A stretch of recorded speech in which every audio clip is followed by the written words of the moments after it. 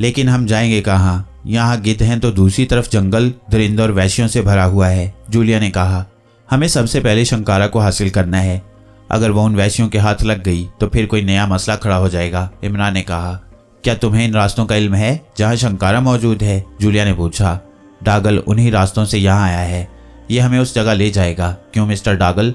इमरान ने black zero की तरफ देखते हुए कहा। ज़रूर इमरान साहब, क्यों नहीं? ब्लैक जीरो ने इस बात में सर हिलाते हुए कहा, हमारे बैग शायद वाइल्ड कमांडोज के हाथ लग गए हैं। उनका क्या करना है बॉस? उन बैगों में हमारा सामान है जो हमारे लिए बहुत ज़रूरी है। जोसेफ ने कहा, ओह हाँ, वह बैग वाकई हमारे लिए बहुत ज़रूरी हैं। ऐसा करो, तुम जवाना, टाइगर और तनवीर उन खैमों की तरफ चले जाओ और अपने बैग तलाश करके ले आओ। हम शंकारा की तरफ जाते हैं। इमरान ने कहा, लेकिन साहब उन खैमों में और झाड़ियों में हर तरफ आग लगी हुई है। उस तरफ गिद्ध भी हैं और दरख्तों पर वैशी भी मौजूद हैं। ये उनसे बचकर बैगों को कैसे तलाश करेंगे? सुलेमान ने हैरत भरे लहजे में कहा, जंगल का प्रिंस उनके साथ है, ये अपने लिए और उनके लिए खुद ही रास्ता बना लेगा। वैसे भी आग की वजह से धुआं उठ रहा है, उस धुएं की आड़ में ये वैश्यों की नजरों से छुपकर उन खैमों की तरफ जा सकते हैं। क्यों जोसेफ? यस बॉस, जोसेफ ने कहा। ओके जाओ, ऐसा ना हो हमारा सामान भी उस आग में जल जाए। इमरान ने कहा तो जोसेफ, टाइगर, तनवीर और जवाना दरख्तों के पीछे से निकलकर दूसरी तरफ बढ़ गए। उनके पास मशीन गन्ने और मशीन पिस्टल थे। अगर गिद्ध या वैशी उनके आड़े आ जाते तो वो उस असलहे से आसानी से उनका मुकाबला कर सकते थे। इमरान साहब, अचानक ब्लैक जीरो ने इमरान से मुखातिब होकर कहा तो वो सब चौंक कर उसकी तरफ देखने लगे। यस मिस्टर डागल, इमरान ने संजीदा लहजे में कहा। इमरान साहब, जाशाल और उसके तमाम साथी हलाक हो चुके हैं। आपने बताया था कि ये सब आकाश नामी एक जहाज में आए थे। उनका जहाज समुद्र में दूर खड़ा है। उस जहाज में भी यकीनन जाशाल के साथी होंगे, लेकिन अगर आपका हुक्म हो तो उन पर काबू पाकर आसानी से जहाज पर कब्जा किया जा सकता है। ब्लैक जीरो ने कहा, तो तुम जहाज पर कब्जा करना चाहते हो? इमरान ने कहा, जहाज आगे जाने के लिए हमारे काम आ सकता है और फिर हमें वापसी का सफर भी तो करना है। ब्लैक जीरो ने कहा, क्या तुम अकेले जहाज पर कब्जा कर सकते हो? इमरान ने पूछा। अगर आप इजाजत दें तो। ब्लैक जीरो ने कहा, तुम जहाज पर कब्जा करने चले जाओ तो हमें शंकारा तक कौन पहुंचाएगा? हमें तो यहाँ बेहोशी की हालत में लाया गया था, इसलिए हमारे लिए वहां पहुंचना मुश्किल हो सकता है। तुम हमारे साथ हुए तो हम बहुत जल्द वहां पहुंच जाएंगे। इमरान ने कहा, मैं आपको रास्ता समझा देता हूँ। ब्लैक जीरो ने कहा, लगता है तुम जंगल के माहौल से खौफजदा हो गए हो, इसलिए यहाँ से निकल जाना चाहते हो। इमरान ने मुस्कुराते हुए कहा, ये बात नहीं है। मैं सोच रहा हूँ कि अगर जहाज में मौजूद अफराद को जाशाल और अपने साथियों की हलाकत का इल्म हो गया तो वो जहाज को लेकर यहाँ से निकल जाएंगे, फिर हमारे पास वापसी का कोई जरिया नहीं होगा। ब्लैक जीरो ने कहा, ओह हाँ, वाकई ये बहुत ज़रूरी है। ठीक है, तुम जाओ, हम शंकारा को खुद ही ढूंढ लेंगे। इमरान ने कहा तो ब्लैक जीरो ने अपना बैग संभाला और आगे बढ़ गया। उसने इमरान को उन रास्तों के बारे में बता दिया था जिनसे होते हुए वो उस जगह पहुंच सकते थे जहां शंकारा मौजूद थी। अब हमें भी चलना चाहिए। इमरान ने बाकी साथियों की तरफ देखते हुए कहा तो वो सब मुस्कुरा दिए। चलो, जूलिया ने मुस्कुराते हुए कहा तो उन्होंने भी मशीन गन्ने उठा ली और दरख्तों के झुंड से निकल गए। उस तरफ कद्दे आदम झाड़ियां थीं। वो गिद्धों और दरख्तों पर मौजूद वैश्यों की नजरों से बचने के लिए झुके झुके अंदाज में उन झाड़ियों में घुस गई और फिर वो उसी तरह चलते हुए आगे बढ़ते चले गए। आग लगने की वजह से वहां मौजूद तमाम गिद्ध उड़ गए थे। आसमान एक बार फिर उन गिद्धों से भर गया था। वो आसमान पर उड़ते हुए नीचे झांक रहे थे कि आग बुझे तो एक बार फिर उन लाशों और वैश्यों पर झपट पड़े, मगर खुश्क झाड़ियों और दरख्तों में लगने वाली आग तेजी से फैलती जा रही थी। उस आग का धुआं आसमान पर बादलों की तरह उड़ता हुआ मालूम हो रहा था, जिसकी वजह से उड़ते हुए गिद्ध उस धुएं से भी दूर भागने की कोशिश कर रहे थे। 2 घंटे मुसलसल झाड़ियों और दरख्तों के बीचों बीच चलते हुए वो उस जगह पहुंच गए जहां जोसेफ ने बेहोश शंकारा को छुपाया था। उस तरफ उन दरिंदों की लाशें पड़ी थी जिन्हें इमरान और उसके साथियों ने ब्लैक जीरो को बचाने के लिए हलाक किया था। उन दरिंदों की लाशों पर सुर्ख रंग की चूंटियां चिमटी हुई थीं। वो आधे से ज्यादा उन लाशों को खा चुकी थीं। इमरान उन झाड़ियों की तरफ बढ़ा जहां शंकारा को होना चाहिए था, मगर ये देखकर उसकी पेशानी पर बल आ गए कि शंकारा वहां मौजूद नहीं थी। ये कैसे हो सकता है? इमरान ने बुड़बुड़ाते हुए कहा। क्या कैसे हो सकता है? जूलिया ने चौंक कर कहा। जोसेफ ने शंकारा को इन झाड़ियों में ही रखा था। पुजारन शाताना ने भी कहा था कि शंकारा उसी जगह मौजूद है, मगर यहाँ तो कुछ भी नहीं है। इमरान ने कहा, ओह, तो क्या कोई शंकारा को उठाकर ले गया है? जूलिया ने कहा, शंकारा बेहोश थी, वो खुद तो चलकर नहीं जा सकती, उसे जरूर कोई ले गया है, मगर उसे ले जाने वाला कौन हो सकता है? इमरान ने कहा, हो सकता है वैशी इस तरफ आए हों और उनकी नज़र शंकारा पर पड़ गई हो और वही उसे उठाकर ले गई हो। जूलिया ने कहा, हाँ ऐसा ही लगता है। इमरान ने कहा, तकरीबन 1 घंटे बाद जोसेफ, जवाना, टाइगर और तनवीर भी वहां पहुंच गए। उनके पास वो बैग थे जो इमरान और उसके साथी साथ लाए थे। क्या हुआ बॉस, शंकारा कहाँ है? जोसेफ ने हैरत भरे लहजे में कहा। वो गायब हो गई है। अब उसकी तलाश में हमें एक बार फिर जूतियां चटखानी पड़ेंगी, इमरान ने कहा। ओह, जोसेफ के मुंह से निकला। उसके चेहरे पर भी परेशानी के आसार नुमाया हो गए थे, जैसे शंकारा के वहां से गायब होने पर उसे अफसोस हो रहा हो। उन्होंने इमरान के पूछने पर बताया कि वो आग, धुएं और झाड़ियों में से होते हुए राशाल के साथियों के खेमों में गए थे। चंद गिद्धों और वैश्यों से उनका मुकाबला हुआ था जिन्हें उन्होंने मार गिराया था। फिर उन्हें खेमे में पड़े उनके बैग मिल गए तो वो बैग लेकर वापस आ गई। जोसेफ को शंकारा के गायब होने की परेशानी थी। उसने इमरान से पूछा कि अगर उसे चंद मिनट दिए जाएं तो वो ये मालूम कर सकता है कि शंकारा कहाँ है और उसे कौन ले गया है। इमरान ने उसे इजाज़त दी तो वो फौरन एक जगह आलती पालती मारकर बैठ गया। इस तरह बैठकर उसने दाएं हाथ बंद करके पेशानी पर रखा और बाएं हाथ की मुट्ठी बनाकर सर से ऊंची कर ली। चंद लम्हे वो इसी अंदाज में बैठा रहा। फिर वो अपना अमल ख़त्म करके उनके पास आ गया। कुछ मालूम हुआ? इमरान ने उसकी तरफ गौर से देखते हुए कहा। यस बॉस, जोसेफ ने इस बात में सर हिलाते हुए कहा। तो बताओ, कहाँ है शंकारा? इमरान ने पूछा। उसे सामीगान कबीले का सरदार ज़काटा ले गया है बॉस, जो अब खुद को जंगलों का देवता कहता है। जंगलों का देवता? इमरान ने चौंक कर कहा। हाँ बॉस, वो एक चालाक, मक्कार और इंतहाई खुदगर्ज इंसान है। वो भी शंकारा को अपनी कनीज बनाना चाहता है। उसने जंगल के 2 बड़े देवताओं को चालाकी और मक्कारी से हलाक कर दिया था, जिनकी ताकतें हासिल करने के बाद वो बेशुमार शैतानी ताकतों का मालिक बन गया है, जोसेफ ने कहा। तो तुम परेशान क्यों हो? क्या सरदार ज़काटा शंकारा को होश में लाने में कामयाब हो जाएगा? इमरान ने पूछा। नहीं बॉस, सरदार ज़काटा शंकारा को होश में नहीं ला सकता। तो फिर? इमरान ने कहा। बहुत सरदार ज़काटा को इस बात का इल्म हो गया है कि शंकारा को जिंदा कैसे किया जा सकता है। उसे यह बात महाशैतान के एक महापुजारी ने बताई है। सरदार ज़काटा शंकारा को यहाँ से मावरई ताकतों की मदद से उठाकर ऐसी जगह ले गया है जहाँ हम किसी भी तरह नहीं पहुँच सकते। वो जगह एक शैतानी मोहब्बत है। अगर हम में से कोई उस मोहब्बत में दाखिल हुआ तो वो वहाँ से कभी वापस नहीं आ सकेगा। उस पर शैतान का साया पड़ जाएगा और शैतान उस पर हावी हो जाएगा। वो भी शैतान बन जाएगा, चाहे वो आप हों या मैं, जोसेफ ने कहा। ओह, तो ये बात है, इमरान ने होंठ भींचते हुए कहा। वो जोसेफ की बातों का मतलब समझ गया था। जोसेफ शंकारा को अपने साथ रखना चाहता था ताकि पहाड़ों के नीचे से जब काशारा नामी लड़की का जिस्म निकाल कर लाया जाए तो जोसेफ एक खास तरीके पर अमल करके शंकारा को फना कर दे। लेकिन अब शंकारा को सरदार ज़काटा ले गया था और उसने शंकारा को एक शैतानी मोहब्बत में रख दिया था, जहाँ से जोसेफ जैसा इंसान भी उसे वापस नहीं ला सकता था, इसलिए वो परेशान था। यस बॉस, जोसेफ ने कहा। इमरान के साथी खामोशी से उनकी बातें सुन रहे थे। तो अब तुम क्या चाहते हो और क्या करना चाहते हो? जूलिया ने उसकी तरफ गौर से देखते हुए कहा। हमें सामीगान कबीले में जाना होगा। सरदार ज़काटा और सामीगान कबीले के वैशी हमारे लिए खतरनाक साबित हो सकते हैं। हमें पहले उन सब का खात्मा करना होगा। उसके बाद हम पहाड़ों के नीचे काशारा नामी लड़की के जिस्म की तलाश में जाएंगे। क्यों जोसेफ, मैं ठीक कह रहा हूँ ना? इमरान ने कहा। यस बॉस, अब हमें यही करना होगा, जोसेफ ने इस बात में सर हिलाते हुए कहा। लेकिन हम शुमाली जंगलों में कैसे जाएंगे? वो तो इस जजीरे से बहुत दूर हैं, कैप्टन शकील ने कहा। अगर ऐसी बात थी तो इमरान को उसे अकेला नहीं भेजना चाहिए था। ये हम में से किसी को नहीं भेज सकता था क्या? तनवीर ने उसीले लहजे में कहा। इससे पहले कि इमरान तनवीर की बात का कोई जवाब देता, अचानक उसके कान खड़े हो गए और वह चौंक कर इधर उधर देखने लगा। क्या हुआ? जूलिया ने उसे चौंकते देखकर कहा। बाराती आ रही हैं, इमरान ने कहा। उनके इर्द गिर्द कद्दे आदम झाड़ियां थी, इसलिए उन्हें इधर उधर देखने में मुश्किल हो रही थी। बाराती? क्या बकवास है, सच सच बताओ क्या बात है? जूलिया ने उसीले लहजे में कहा।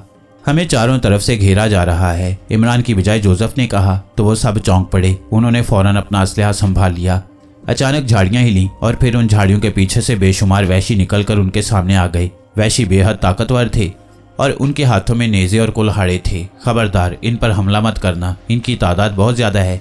अगर हमने इन पर हमला किया तो ये खूंखार गिद्धों की तरह हम पर टूट पड़ेंगे और फिर शायद ही हम में से कोई जिंदा बच सके।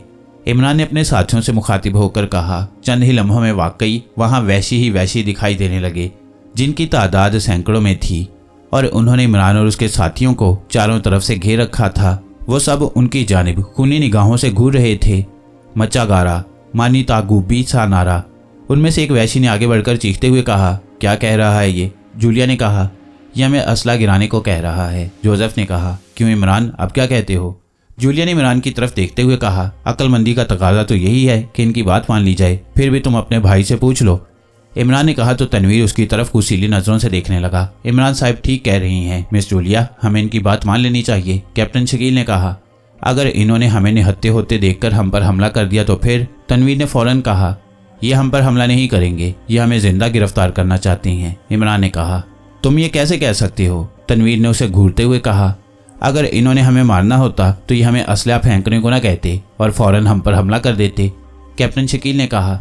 इमरान ने अपनी गन उनकी तरफ फेंकी तो उसके देखा देखी उसके साथियों ने भी अपनी अपनी गन्नें नीचे गिरा दी। उसी लम्हे चंद वैशी आगे बढ़े और उन्होंने उन सबको पकड़कर नीचे गिरा लिया और फिर वो उन सबको रस्सियों से बांधने लगे। इमरान और उसके साथियों ने किसी किस्म की कोई मुजाहमत नहीं की थी। चंद ही लम्हों में वैश्यों ने उनके हाथ उनकी कमर की तरफ करके बांध दिए और फिर वो उन्हें धकेलते हुए एक तरफ ले जाने लगे। सरदार ज़काटा बेहद खुश था। महापुजारी चामलू की निशानदेही पर उसने मारिकट जजीरे पर पहुंचकर शंकारा को तलाश कर लिया था, जो एक जगह झाड़ियों में बेहोश पड़ी हुई थी। सरदार ज़काटा ने सबसे पहले अपनी मावरई ताकतों को बुलाकर शंकारा को ऐसी जगह भेज दिया था जहां उसके सिवा कोई और नहीं जा सकता था। इसके बाद सरदार ज़काटा ने खुद पर एक अमल किया और गैबी हालत में उस जगह पहुंच गया जहां जाशाल और उसके साथियों और सामीगान वैश्यों पर खूंखार गिद्ध टूट पड़े थे।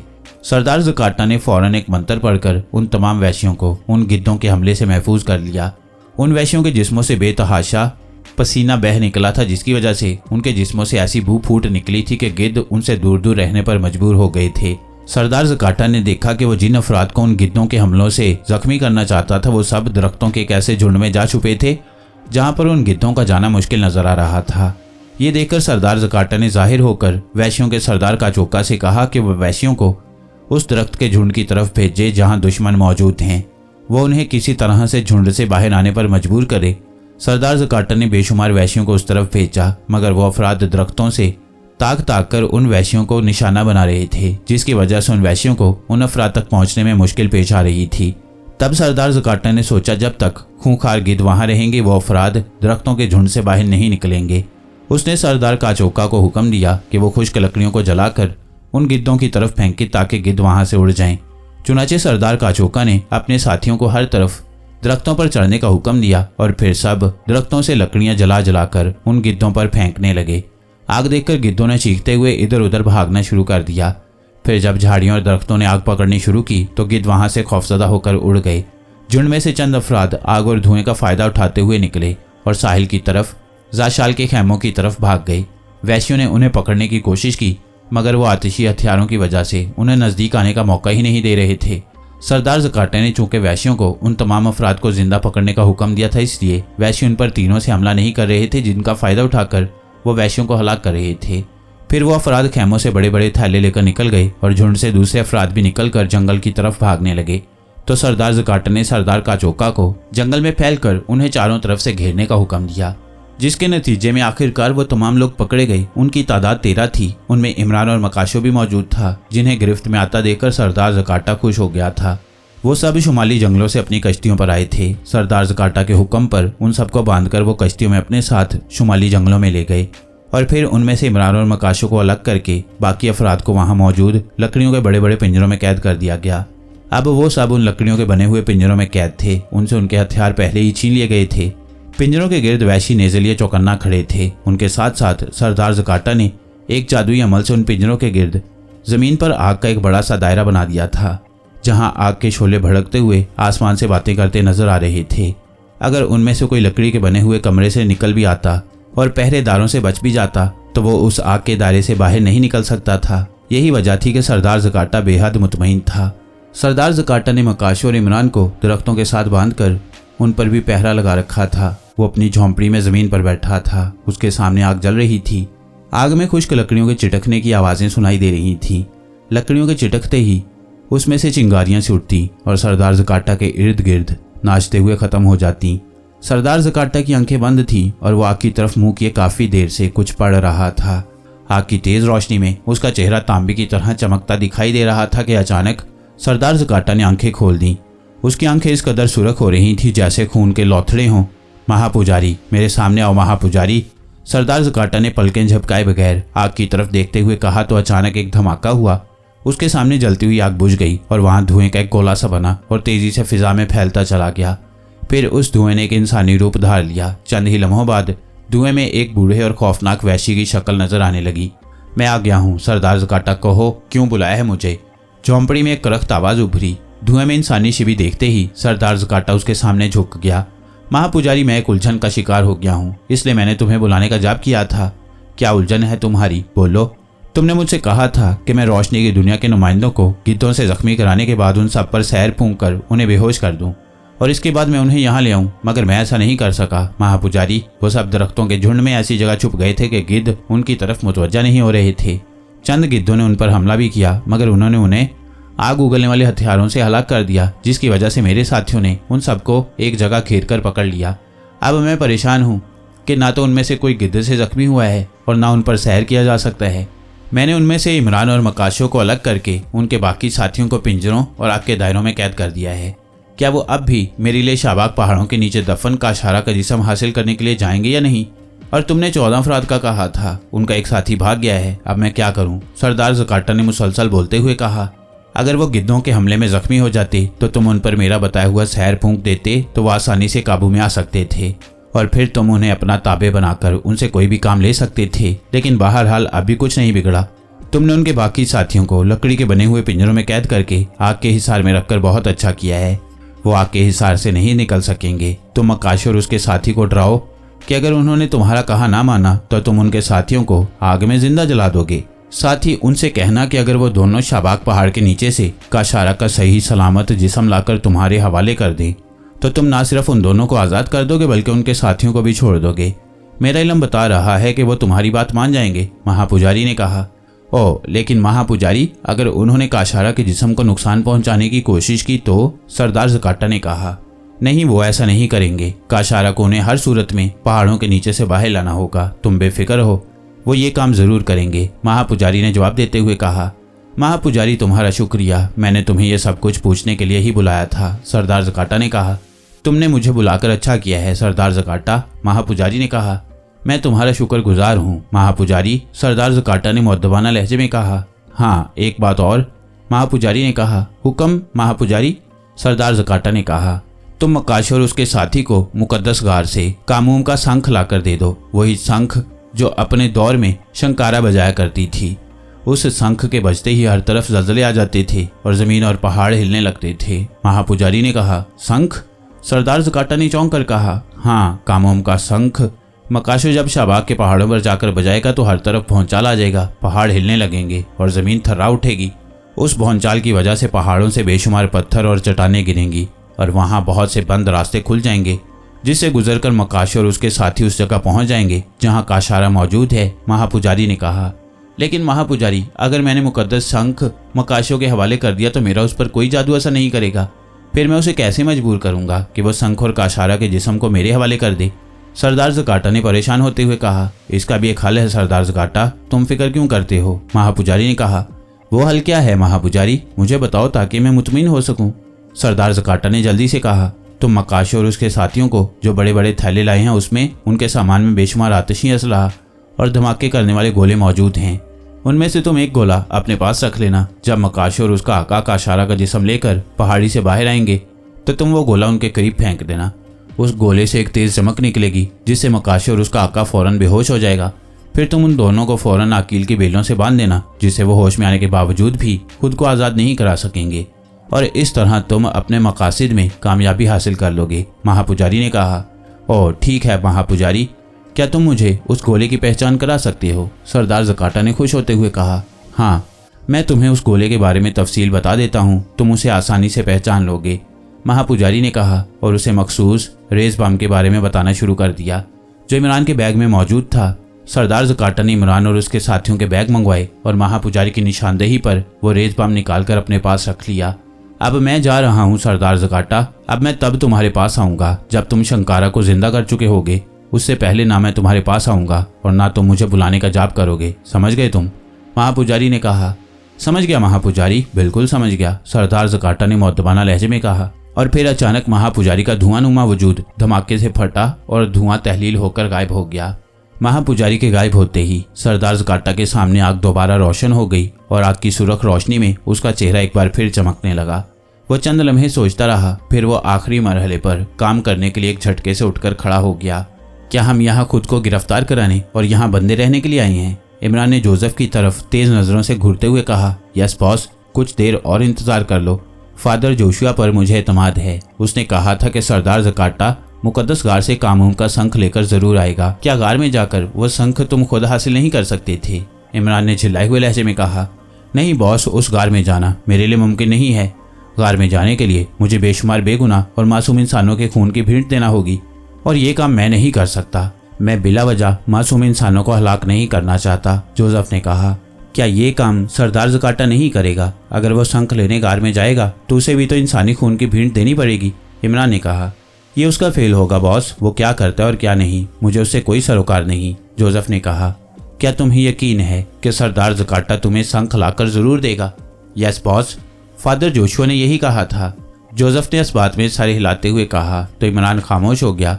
इमरान को दरअसल अपने साथियों की फिक्र थी, जिन्हें उसके सामने लकड़ी के बने हुए पिंजरों में कैद करके उन पिंजरों के गिर्द सरदार ज़काटा ने आग का दायरा सा बना दिया था। इमरान ये तो समझ गया था कि सरदार ज़काटा उसे और उसके साथियों को फिलहाल हलाक करना नहीं चाहता, लेकिन वो आग के हिसार में थे, जिसकी वजह से उनका दम घुट सकता था और गर्मी की शिद्दत से उनका बुरा हाल हो सकता था। इमरान और जोसेफ को रस्सीनुमा बेलों के साथ दरख्तों से बांधा गया था। उन्होंने बंधे हुए जिस्म को इस अंदाज में आगे कर रखा था कि ज़रूरत पड़ने पर वह जिस्म को ढीला करके खुद को आसानी के साथ उन बेलों से आज़ाद करा सकते थे। वैसे भी वैश्यों ने उन्हें जिस अंदाज में बांधा था वो उन बेलों से आसानी के साथ आज़ाद हो सकते थे। इमरान चाहता तो आज़ाद होकर उन वैश्यों और सरदार ज़काटा पर हमला करके उन्हें हलाक भी कर सकता था, मगर जोसेफ के कहने पर वो खामोश था। जोसेफ ने उसे बताया था कि उसे फादर जोशुआ ने कहा था कि वो शाबाक के पहाड़ों में उन रास्तों को उस वक्त तक तलाश नहीं कर सकते जब तक जोसेफ कामूम के शंख को नहीं लाएगा। कामूम का शंख क्या था और उसे सरदार ज़काटा ने किस मकसद के लिए मुकद्दस गार में रखा था, जोसेफ को इस बारे में नहीं बताया था। अलबत्ता उसने कहा था कि जब वो कामूम का शंख पहाड़ों पर जाकर बजाएगा तो वहाँ ज़लज़ला सा आ जाएगा, जिससे पहाड़ों की चट्टानें गिर जाएंगी। उन चट्टानों और पत्थरों के गिरने की वजह से वहाँ मौजूद कई गारों के थाने खुल जाएंगे, जिनमें दाखिल होकर वह शाबाक पहाड़ों के एक पहाड़ के नीचे पहुँच जाएंगे, जहाँ सदियों से काशारा नामी लड़की का जिस्म मौजूद था। ये चूंकि मावराई मामला था और इसका ताल्लुक अफ्रीका के घने और पुरस्रार जंगलों से था, इसलिए इमरान जानता था कि इस मामले को जोसेफ से बेहतर ना कोई समझ सकता है और ना कोई समझेगा। इसलिए वो जोसेफ के कहने पर ही अमल कर रहा था। फिर 2 घंटों बाद वहाँ चंद वैशी आए और उन्हें आकर खोलने लगे। एक वैशी ने उन्हें बताया कि सरदार ज़काटा ने उन्हें अपनी झोंपड़ी में बुलाया है। फिर वह उन दोनों को अपने घेरे में एक घास फूस की बनी हुई झोंपड़ी में ले गए, जहाँ एक बड़ी और ऊंची मस्ता चट्टान पर सरदार ज़काटा बड़े फाखराना अंदाज में बैठा हुआ था। उसके करीब एक मुड़ा हुआ सींग पड़ा था, जिसकी एक तरफ भोंपू नुमा सुराख था। उस सींग को देखकर जोसेफ की आंखों में बेशुमार चमक आ गई। उसने इमरान की तरफ दाद तलब नजरों से देखा, जैसे कह रहा हो कि देखा, फादर जोशुआ ने सच कहा था कि सरदार ज़काटा खुद उन्हें कामूम का खास शंख देगा। सींग नुमा शंख को देखकर इमरान ने बेख्तियार एक तवील सांस लिया। तो तुम हो मकाशो? सरदार ज़काटा ने जोसेफ की जानिब गहरी नजरों से देखते हुए कहा। मैं कदीम मकाशो खानदान के कबीलों से ताल्लुक ज़रूर रखता हूँ, मगर मेरा नाम मकाशो नहीं है। मैं जोसेफ दी ग्रेट हूँ, Prince Joseph the great. Joseph ने करख्त लहजे में कहा। मेरी नज़रों में मकाशो खानदान से ताल्लुक़ रखने वाला हर वैशी मकाशो ही होता है, इसलिए मैं तुम्हें मकाशो ही कहूँगा, सरदार ज़काटा ने कहा। क्या चाहते हो? क्यों बुलाया है तुमने हमें? जोसेफ ने अनजान बनते हुए कहा। हालांकि उसे मालूम था कि सरदार ज़काटा ने उसे और इमरान को क्यों बुलाया है। मुझे तुम दोनों की ज़रूरत है मकाशो। सदियों पहले शाबाक पहाड़ों के नीचे हमारे देवताओं ने मकाशो ख़ानदान से ताल्लुक़ रखने वाली एक लड़की की लाश को कदीम मिस्री मम्मियों की तरह महफूज करके रख दिया था, जो आज भी उन पहाड़ों में महफूज है। मैं चाहता हूँ कि तुम और तुम्हारे ये साथी उन पहाड़ों में जाएं और उस लड़की की लाश को ढूंढ लाएं जिसका नाम काशारा है, सरदार ज़काटा ने कहा। क्यों? तुम सदियों से दफन काशारा की लाश क्यों हासिल करना चाहते हो? जोसेफ ने सख्त लहजे में कहा। ज़्यादा अनजान बनने की कोशिश मत करो मकाशो। मैं जानता हूँ तुम शंकारा और उसकी तमाम हकीकत जानते हो, और तुम्हें यह भी मालूम है कि मैं पहाड़ों के नीचे से काशारा को क्यों निकालना चाहता हूँ। सरदार ज़काटा ने उसे बुरी तरह से घूरते हुए कहा। अगर तुम जानते हो तो फिर तुम ये भी जानते होगे कि जोसेफ दी ग्रेट शैतानी नुमाइंदों के लिए कोई काम नहीं करता। तुम काशारा को हासिल करके शंकारा को दोबारा जिंदा करना चाहते हो, ताकि तुम उसे अपने ताबे करके अपनी शैतानियत को अरूज दे सको। तुम्हारा क्या ख्याल है? मैं इस शैतानी काम में तुम्हारा साथ दूंगा, जोसेफ ने उसकी जानिब नफरत और गुस्से से देखते हुए कहा। तुम और तुम्हारे साथी मेरी कैद में है मकाशो। तुम ये भी जानते हो कि मावराई दुनिया में अब मैं क्या मुकाम रखता हूँ। मैं चाहूँ तो तुम्हें और तुम्हारे तमाम साथियों को एक लम्हे में जलाकर भस्म कर सकता हूँ, सरदार ज़काटा ने कहा। क्या तुम्हारी इस धमकी से मैं डर जाऊंगा? जोसेफ ने तंजिया लहजे में कहा। नहीं डरोगे तो मरोगे। मैं पहले तुम्हारे साथियों को अजियतनाक मौत मारूंगा। वो आग के दायरे में कैद हैं। मैं आग का दायरा तंग करके उन्हें जिंदा जला दूंगा। फिर तुम्हारे सामने तुम्हारे इस आका को हलाक कर दूंगा और आखिर में तुम्हारा इस कदर भयानक हशर करूंगा जिसका तुम तसव्वुर भी नहीं कर सकते। सरदार ज़काटा ने उसीले लहजे में कहा। तुम ऐसा नहीं कर सकते सरदार ज़काटा, जोसेफ ने कहा। क्यों? मैं ऐसा क्यों नहीं कर सकता? सरदार ज़काटा ने घुर्राते हुए कहा। अगर तुमने मुझे हलाक कर दिया तो तुम्हारे पहाड़ों के नीचे से काशारा को कौन निकाल कर लाएगा? काशारा के जिस्म को सही सलामत मकाशो खानदान का ही कोई फर्द निकाल कर ला सकता है, और मैं मकाशो खानदान का आखिरी फर्द हूँ, सिर्फ मैं। अगर तुमने मुझे हलाक कर दिया तो ना तुम काशारा तक पहुंच सकोगे और ना कभी शंकारा को जिंदा कर सकोगे। जोसेफ ने कहा तो सरदार ज़काटा के हलक से भेड़िए जैसी गुर्राहट सुनाई दी। जोसेफ, फजूल बातें छोड़कर इससे मतलब की बात करो। इमरान ने जोसेफ से मुखातिब होकर पाकिस्तानी जुबान में कहा। क्या कह रहा है तुम्हारा आका? सरदार ज़काटा ने चौंक कर कहा। आका कह रहा है कि अगर हम तुम्हारी बात मान जाएं तो इसका हमें क्या फायदा होगा, जबकि तुम शंकारा को जिंदा करके उसे अपना ताबे बनाकर इन तमाम जंगलों के अकेले मालिक बन जाओगे। जोसेफ ने कहा। ओह, क्या फायदा चाहते हो तुम? सरदार ज़काटा ने फौरन कहा। पहले ये बताओ कि इस बात की क्या जमानत है कि हम तुम्हारे लिए पहाड़ों के नीचे से काशारा का जिस्म ढूंढ कर लाएं और तुम बाद में हमें जिंदा रहने दोगे? इमरान ने अफ्रीकी जुबान में कहा तो उसकी बात सुनकर सरदार ज़काटा चौंक पड़ा। ओह, तुम हमारी जुबान जानते हो? सरदार ज़काटा ने हैरत भरे लहजे में कहा। ये जोसेफ द ग्रेट का आका है। अफ्रीका क्या, ये दुनिया में बोली जाने वाली तमाम जुबानें जानता है। तुम जवाब दो, आका के सवाल का तुम्हारे पास क्या जवाब है? जोसेफ ने फख्र से कहा। मैं तुमसे वादा करता हूँ कि अगर तुम काशारा को सही सलामत लाकर मुझे दोगे तो मैं तुम्हें और तुम्हारे तमाम साथियों को जिंदा छोड़ दूंगा। सरदार ज़काटा ने कहा। शैतान के वादों पर शैतान ही यकीन कर सकता है, मैं नहीं। इमरान ने मुंह बनाते हुए कहा। क्या मतलब? सरदार ज़काटा ने उसे घूरते हुए कहा। सरदार ज़काटा, हमसे ज्यादा तुम मजबूर हो। अगर तुमने हमें या हमारे साथियों को हलाक किया तो तुम शंकारा को ताबे करने के ख्याल से भी हमेशा के लिए महरूम रह जाओगे, और अगर तुम चाहते हो कि हम तुम्हारा काम करें तो तुम्हें हमारी बात माननी होगी। इनकार की सूरत में नुकसान तुम्हारा है, सिर्फ तुम्हारा। जोसेफ ने कहा। तुम क्या कहना चाहते हो? सरदार ज़काटा ने मुंह बनाते हुए कहा। अगर तुम चाहते हो कि हम तुम्हारे लिए पहाड़ों के नीचे से काशारा को तलाश करके लाएं तो तुम्हें हमारे तमाम साथियों को छोड़ना होगा। हम अपने साथियों को अपने साथ ले जाना चाहते हैं। इमरान ने कहा। ये नहीं हो सकता। तुम्हारे तमाम साथी उस वक्त तक मेरी कैद में रहेंगे जब तक तुम काशारा को नहीं ले आते। सरदार ज़काटा ने सख्त लहजे में कहा। अगर ये नहीं हो सकता तो हम भी तुम्हारा काम करने से इनकार करते हैं सरदार ज़काटा।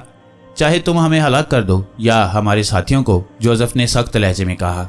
सोच लो मकाशो, ये दुरुस्त है कि मैं तुम्हें और तुम्हारे साथियों को हलाक नहीं कर सकता, मगर मैं तुम सबको इस कदर खौफनाक अजियतें दे सकता हूँ जिसका तुम सोच भी नहीं सकते। इन जंगलों में जहरीली चूंटियों की बहुतात है। मैं तुम सबको जमीन में गाड़ कर उन जहरीली चूंटियों को तुम पर छोड़ दूंगा जो तुम्हारे जिस्म का गोश्त खा जाएंगी। सरदार ज़काटा ने कहा।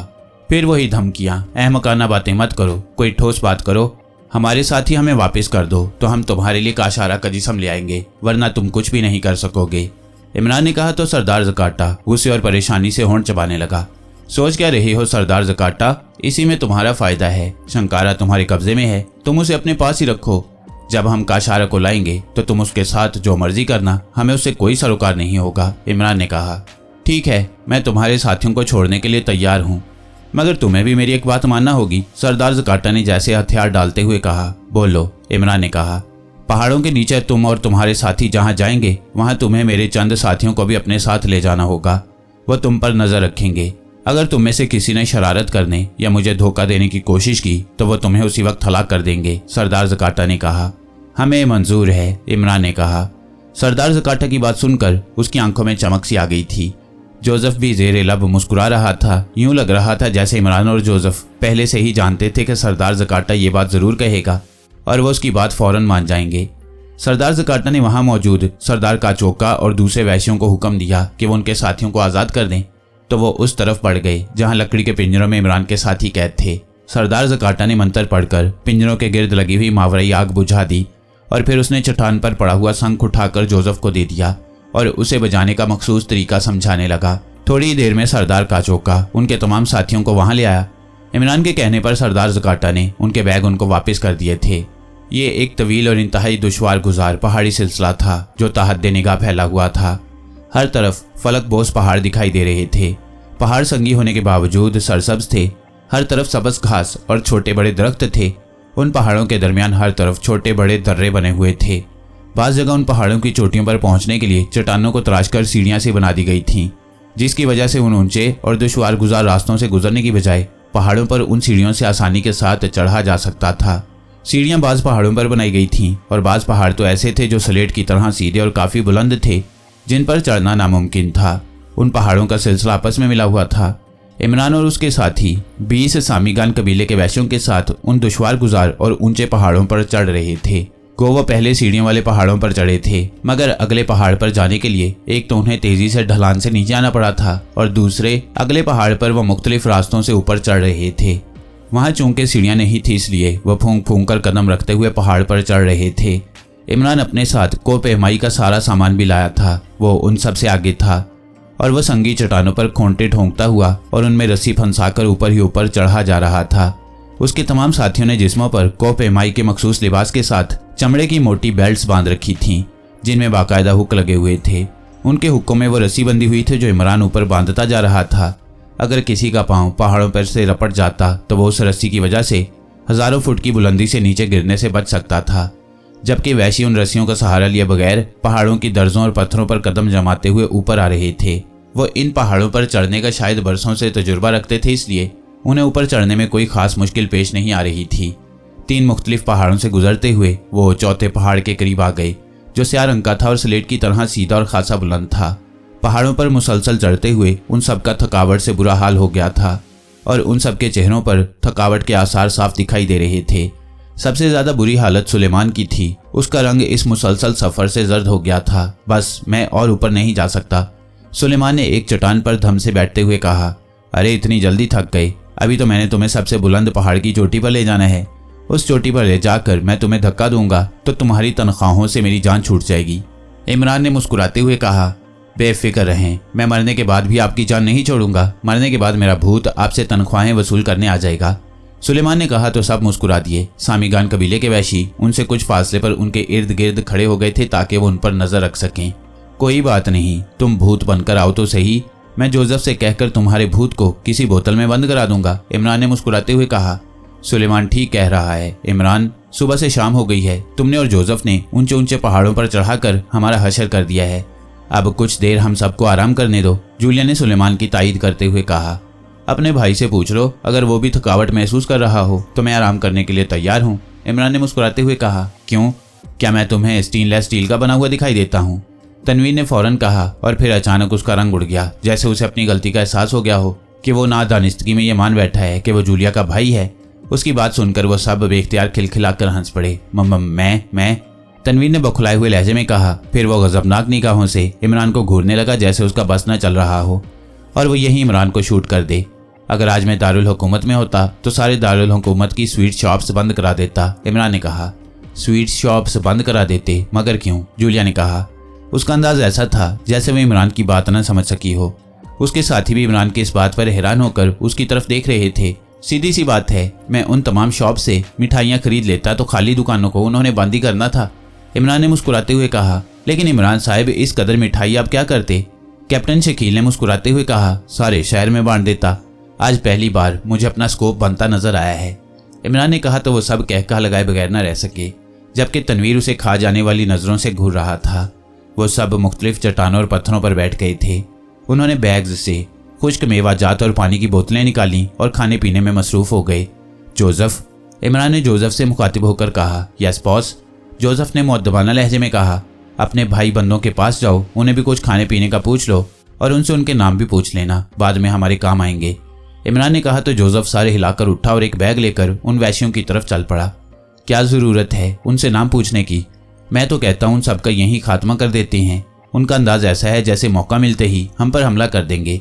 इससे पहले कि ऐसा कुछ सोचें, इनको हलाक कर देना बेहतर होगा। तनवीर ने मुंह बनाते हुए कहा। अरे क्या कह रहे हो? मेरे बाराती कम करने का इरादा है क्या? इमरान ने कहा तो सब एक बार फिर हंस पड़े। शट अप, अगर अब तुमने कोई बकवास की तो मैं तुम्हें गोली मार दूंगा, तनवीर ने गुस्सीले लहजे में कहा। वाकई इमरान साहब, आखिर इन दुम छल्लों को साथ रखने की क्या जरूरत है? सफ्तर ने जल्दी से बोलते हुए कहा। तुम सभी तो मेरे साथ हो, अगर मैं 10-20 को और साथ रख लूं तो क्या फर्क पड़ेगा? इमरान ने कहा। चलो इस बहाने तो माने तो सही कि तुम्हारी दुम भी है, तनवीर ने कहा तो उसके बरजस्ता जवाब पर सब हंस पड़े। तुम मुअन्नस होती है और मेरा ख्याल है हम में सिर्फ एक ही मुअन्नस है। तुम्हारी मेहरबानी जो उसे तुम मेरी कह रहे हो। इमरान ने कहा तो उन सबकी हंसी तेज हो गई, जबकि जूलिया का रंग सुर्ख हो गया था। तुम मुझे तुम कह रहे हो? जूलिया ने इमरान की तरफ मसनूई गुस्से से देखते हुए कहा। कसम ले लो जो मैंने ऐसी बात की हो, ये बात तो तुम्हारे भाईजान की है, किसी से पूछ लो। इमरान ने कहा, जबकि तनवीर गुस्से से होंठ भींच कर रह गया। वो समझ गया था कि इमरान से बातों में जीतना उसके बस की बात नहीं है। चंद लम्हों बाद जोसेफ वापस आ गया। उसने वैश्यों को खुश्क मेवे और चंद पानी की बोतलें दे दी थीं, जिस पर वो सब मरभुक्कों की तरह टूट पड़े थे। मैंने उनके नाम मालूम कर लिए हैं बॉस, जोसेफ ने कहा तो इमरान ने इस बात में सर हिला दिया। आखिर उनसे उनके नाम पूछने की क्या ज़रूरत थी तुम्हें? जूलिया ने कहा। उनसे हमने उम्र अय्यार का काम लेना है, इसलिए उनके नामों पते पूछना ज़रूरी था। इमरान ने कहा। उम्र अय्यार का काम, क्या मतलब? जूलिया ने हैरत भरे लहजे में कहा। वक्त आने पर बताऊंगा, फिलहाल हमें इस पहाड़ पर चढ़ना है। इमरान ने उठते हुए कहा तो उन सबके मुंह बन गए। इमरान बार बार अपनी आदत के मुताबिक सस्पेंस पैदा कर रहा था। इस पहाड़ पर चढ़ते चढ़ते तो हमें कई दिन लग जाएंगे। ये खासा ऊंचा है और स्लेट की तरह सीधा पहाड़ है। इस पर कील कांटे लगाए बगैर हम कैसे चढ़ेंगे? जूलिया ने परेशान होते हुए कहा। नहीं बॉस, अब हमें इस पहाड़ पर नहीं चढ़ना पड़ेगा, जोसेफ ने कहा तो वो सब चौंक कर उसकी तरफ देखने लगे। वो वैश्यों को खाने पीने का सामान देकर वापस आने के बाद गौर से उस पहाड़ को देख रहा था। क्यों? क्या ये वही पहाड़ है जिसके नीचे काशारा दफन है? कैप्टन शकील ने जोसेफ को गौर से देखते हुए कहा। हाँ, मेरी नजरें इस पहाड़ में देख रही हैं, काशारा इसी पहाड़ के नीचे है। जोसेफ ने मुसलसल पहाड़ की तरफ देखते हुए कहा। लेकिन ये पहाड़ तो बिल्कुल सपाट है, यहाँ तो दूर दूर तक कोई क्रैक या कोई रास्ता दिखाई नहीं दे रहा। हम इस पहाड़ में जाएंगे कैसे? जूलिया ने हैरान होते हुए कहा। इस पहाड़ के रास्ते हमारे लिए खुद खुलेंगे। ये पहाड़ हमें बताएगा कि हमें कैसे इसमें जाना है, जोसेफ ने कहा। पहाड़ बताएगा? ये तुम क्या कह रहे हो? मेरी समझ में तो कुछ नहीं आ रहा, जूलिया ने सर झटकते हुए कहा। जोसेफ, क्या तुम्हें यकीन है कि काशारा इसी पहाड़ के नीचे है? इमरान ने जोसेफ की तरफ देखते हुए कहा। यस बॉस, जोसेफ मकाशो खानदान से ताल्लुक़ रखता है और काशारा का ताल्लुक भी उसी खानदान से है। मुझे इस पहाड़ में से काशारा की खुशबू आ रही है। बदबू आ रही होगी, खुशबू का किसी लाश से क्या ताल्लुक? सुलेमान ने मुंह बनाते हुए कहा। खामोश रहो, इमरान ने सख्त लहजे में कहा तो सुलेमान ने होंठ भींच लिए। जोसेफ आगे बढ़ा और पहाड़ की चट्टानों को छूकर देखने लगा। यस बॉस, यही है वो पहाड़, काशारा इसी पहाड़ के नीचे है। चंद लम्हों बाद जोसेफ ने तेज आवाज में कहा। गुड, तो फिर इस पहाड़ में जाने के लिए रास्ता खोलो। इमरान ने कहा। यस बॉस, आप इन सब के साथ पीछे हट जाएं, मैं शंख बजाता हूँ। जोसेफ ने आगे बढ़कर जमीन पर रखे हुए बैग में से सरदार जकाटा का दिया हुआ सींग नुमा शंख निकालते हुए कहा। सींग? क्या मतलब? इसके बजाने से क्या होगा? ये जोसेफ क्या कह रहा है? मेरी समझ में तो कुछ नहीं आ रहा, जूलिया ने उलझे हुए लहजे में कहा। ये सींग जब बजेगा तो खुलजा सिमसिम का काम करेगा। अपना अपना सामान उठाओ और पहाड़ से दूर हो जाओ। इमरान ने कहा तो उन सब ने अपने बैग उठाए और पीछे हटते चले गए।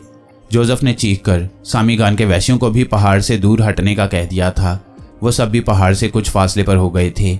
उन सबको दूर जाते देखकर जोसेफ ने सींग मुंह से लगाया और उसमें जोर जोर से फूंके मारने लगा।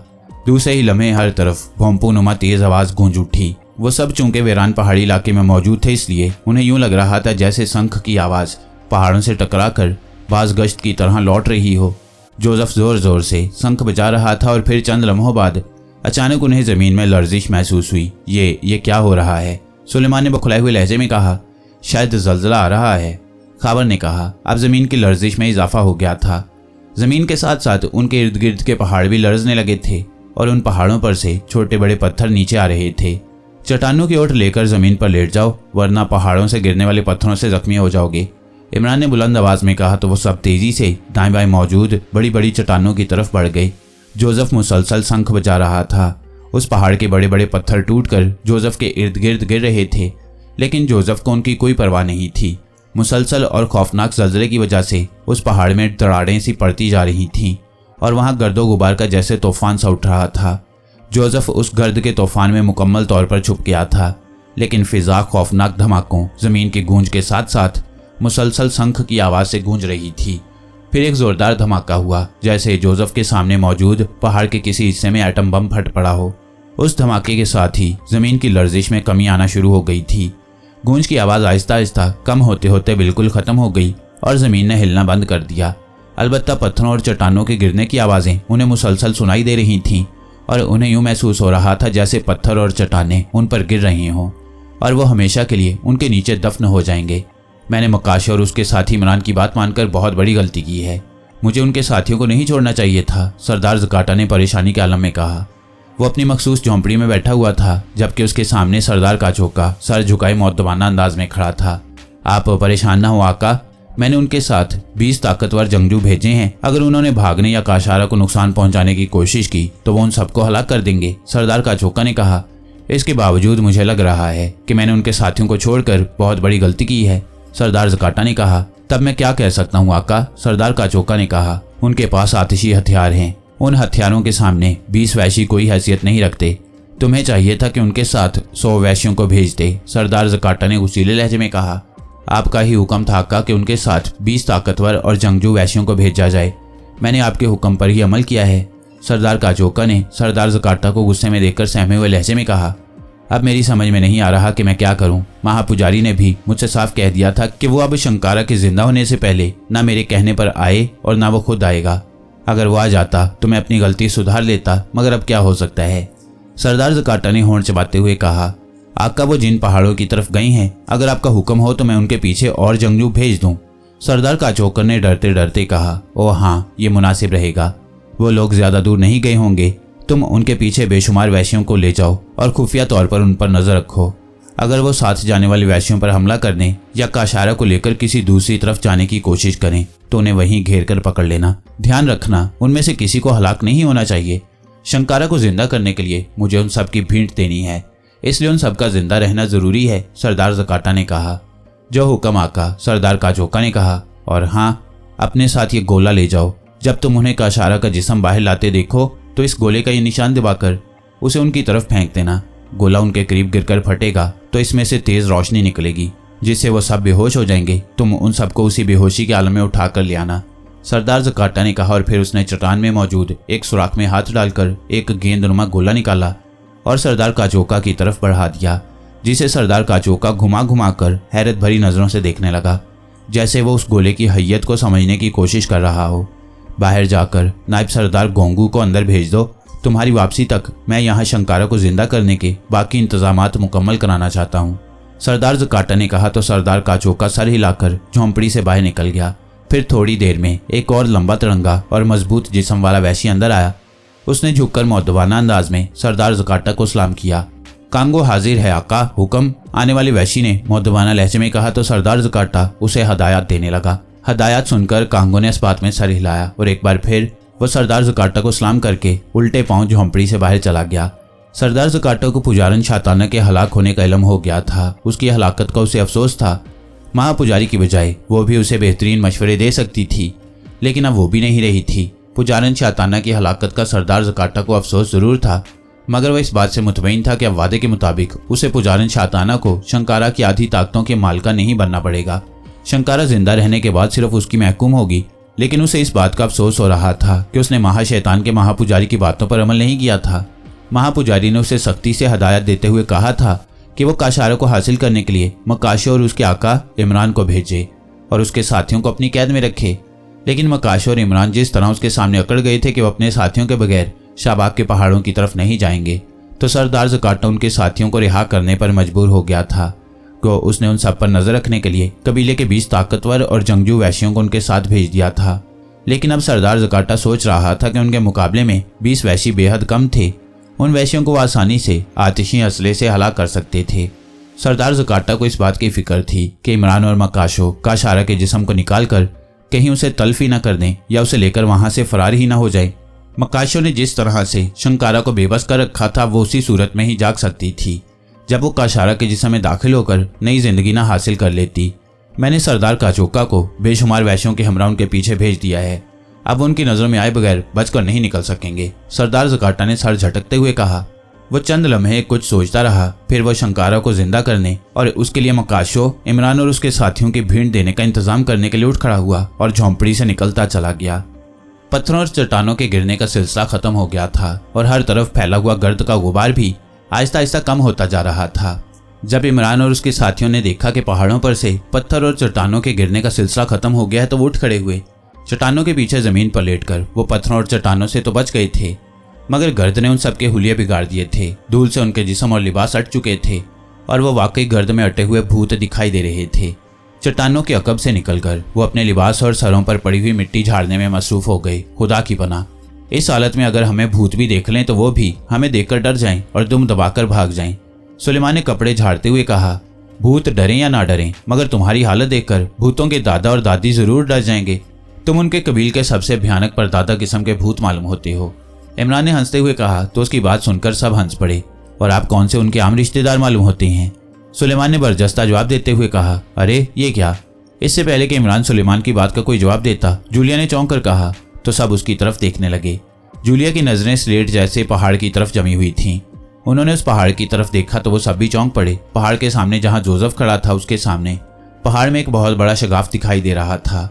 यूं लग रहा था जैसे पहाड़ का दरमियानी हिस्सा हट गया हो और उसमें शगाफ पड़ गया हो। शगाफ बेहद बड़ा और चौड़ा था और दूर तक जाता दिखाई दे रहा था। गुड, तो आखिरकार मकाशों ने पहाड़ के अंदर जाने का रास्ता तलाश कर ही लिया है। इमरान ने खुश होते हुए कहा और तेज तेज चलता हुआ जोसेफ की तरफ बढ़ने लगा। जोसेफ, क्या यही वो शगाफ है जिसमें दाखिल होकर हम काशारा तक पहुंच सकते हैं? यस बॉस, शंख बजाने के बाद पहाड़ में यही एक शगाफ नमूदार हुआ है। इसके अलावा पहाड़ के किसी हिस्से में कोई शगाफ नहीं हुआ, जिसका मतलब है कि यही रास्ता हमें काशारा तक ले जाएगा, जोसेफ ने कहा। इस असना में वैशी भी भागकर उनके करीब आ गए थे और आंखें फाड़ फाड़ कर पहाड़ के शगाफ को देख रहे थे। उनकी तादाद पूरी थी। शायद उन्होंने भी चट्टानों के पीछे छुपकर पहाड़ों से गिरने वाले पत्थरों से अपनी जानें बचा ली थी। इमरान आगे बढ़ा और शगाफ में झांकने लगा। जहां कुछ दूर तक तो रोशनी थी, उसके बाद अंधेरा ही अंधेरा था। तनवीर, अपने बैग से एक फायर रॉड निकाल कर देना, इमरान ने तनवीर से मुखातिब होकर कहा। तो तनवीर ने सर हिलाकर अपने बैग से एक फायर रॉड निकालकर इमरान को दे दिया। इमरान ने फायर रॉड लेकर उसके सिरे से ढक्कनुमा डॉट उतारा और रॉड के सिरे को उस डॉट से रगड़ा तो अचानक रॉड में से जैसे अनार फूट निकला। सुर्ख रंग की आग की फवार से निकली। इमरान ने उस जलते हुए रॉड को पूरी कुव्वत से शगाफ के अंदर फेंक दिया। रॉड जोरदार आवाज के साथ दूर कहीं जा गिरा और गार में जैसे सुरख रोशनी सी भरती चली गई। ओह, कार आगे जाकर अमूदी अंदाज में नशेब की तरफ जा रहा है, इमरान ने कहा। हमें इस पहाड़ की किस कदर गहराई में जाना होगा? जूलिया ने इमरान से पूछा। क्या कह सकता हूँ, तुम सब एहतियातन ऑक्सीजन सिलेंडर निकालकर चेहरों पर गैस मास्क चढ़ा लो। हो सकता है कि गहराई में जाकर हमें ऑक्सीजन की जरूरत पड़े, इमरान ने कहा। इमरान साहब, सदियों से बंद गार में वाकई ऑक्सीजन की कमी होगी। हम तो अपनी हिफाजत के लिए ऑक्सीजन मास्क लगा लेंगे, मगर ये वैशी, क्या ये इसी हालत में हमारे साथ गार में जाएंगे? कैप्टन शकील ने इमरान से मुखातिब होकर कहा। जोसेफ, उनसे बात करो, उन्हें बताओ कि गार में जाना उनके लिए खतरनाक हो सकता है। ये यहीं रुककर हमारा इंतजार करें, इमरान ने जोसेफ से कहा। तो जोसेफ अफ्रीकी जुबान में वैशियों से कहने लगा। नहीं बॉस, ये नहीं मान रहे। इनका कहना है कि सरदार ज़कार्ता ने उन्हें हमारे साथ साए की तरह लगे रहने को कहा है।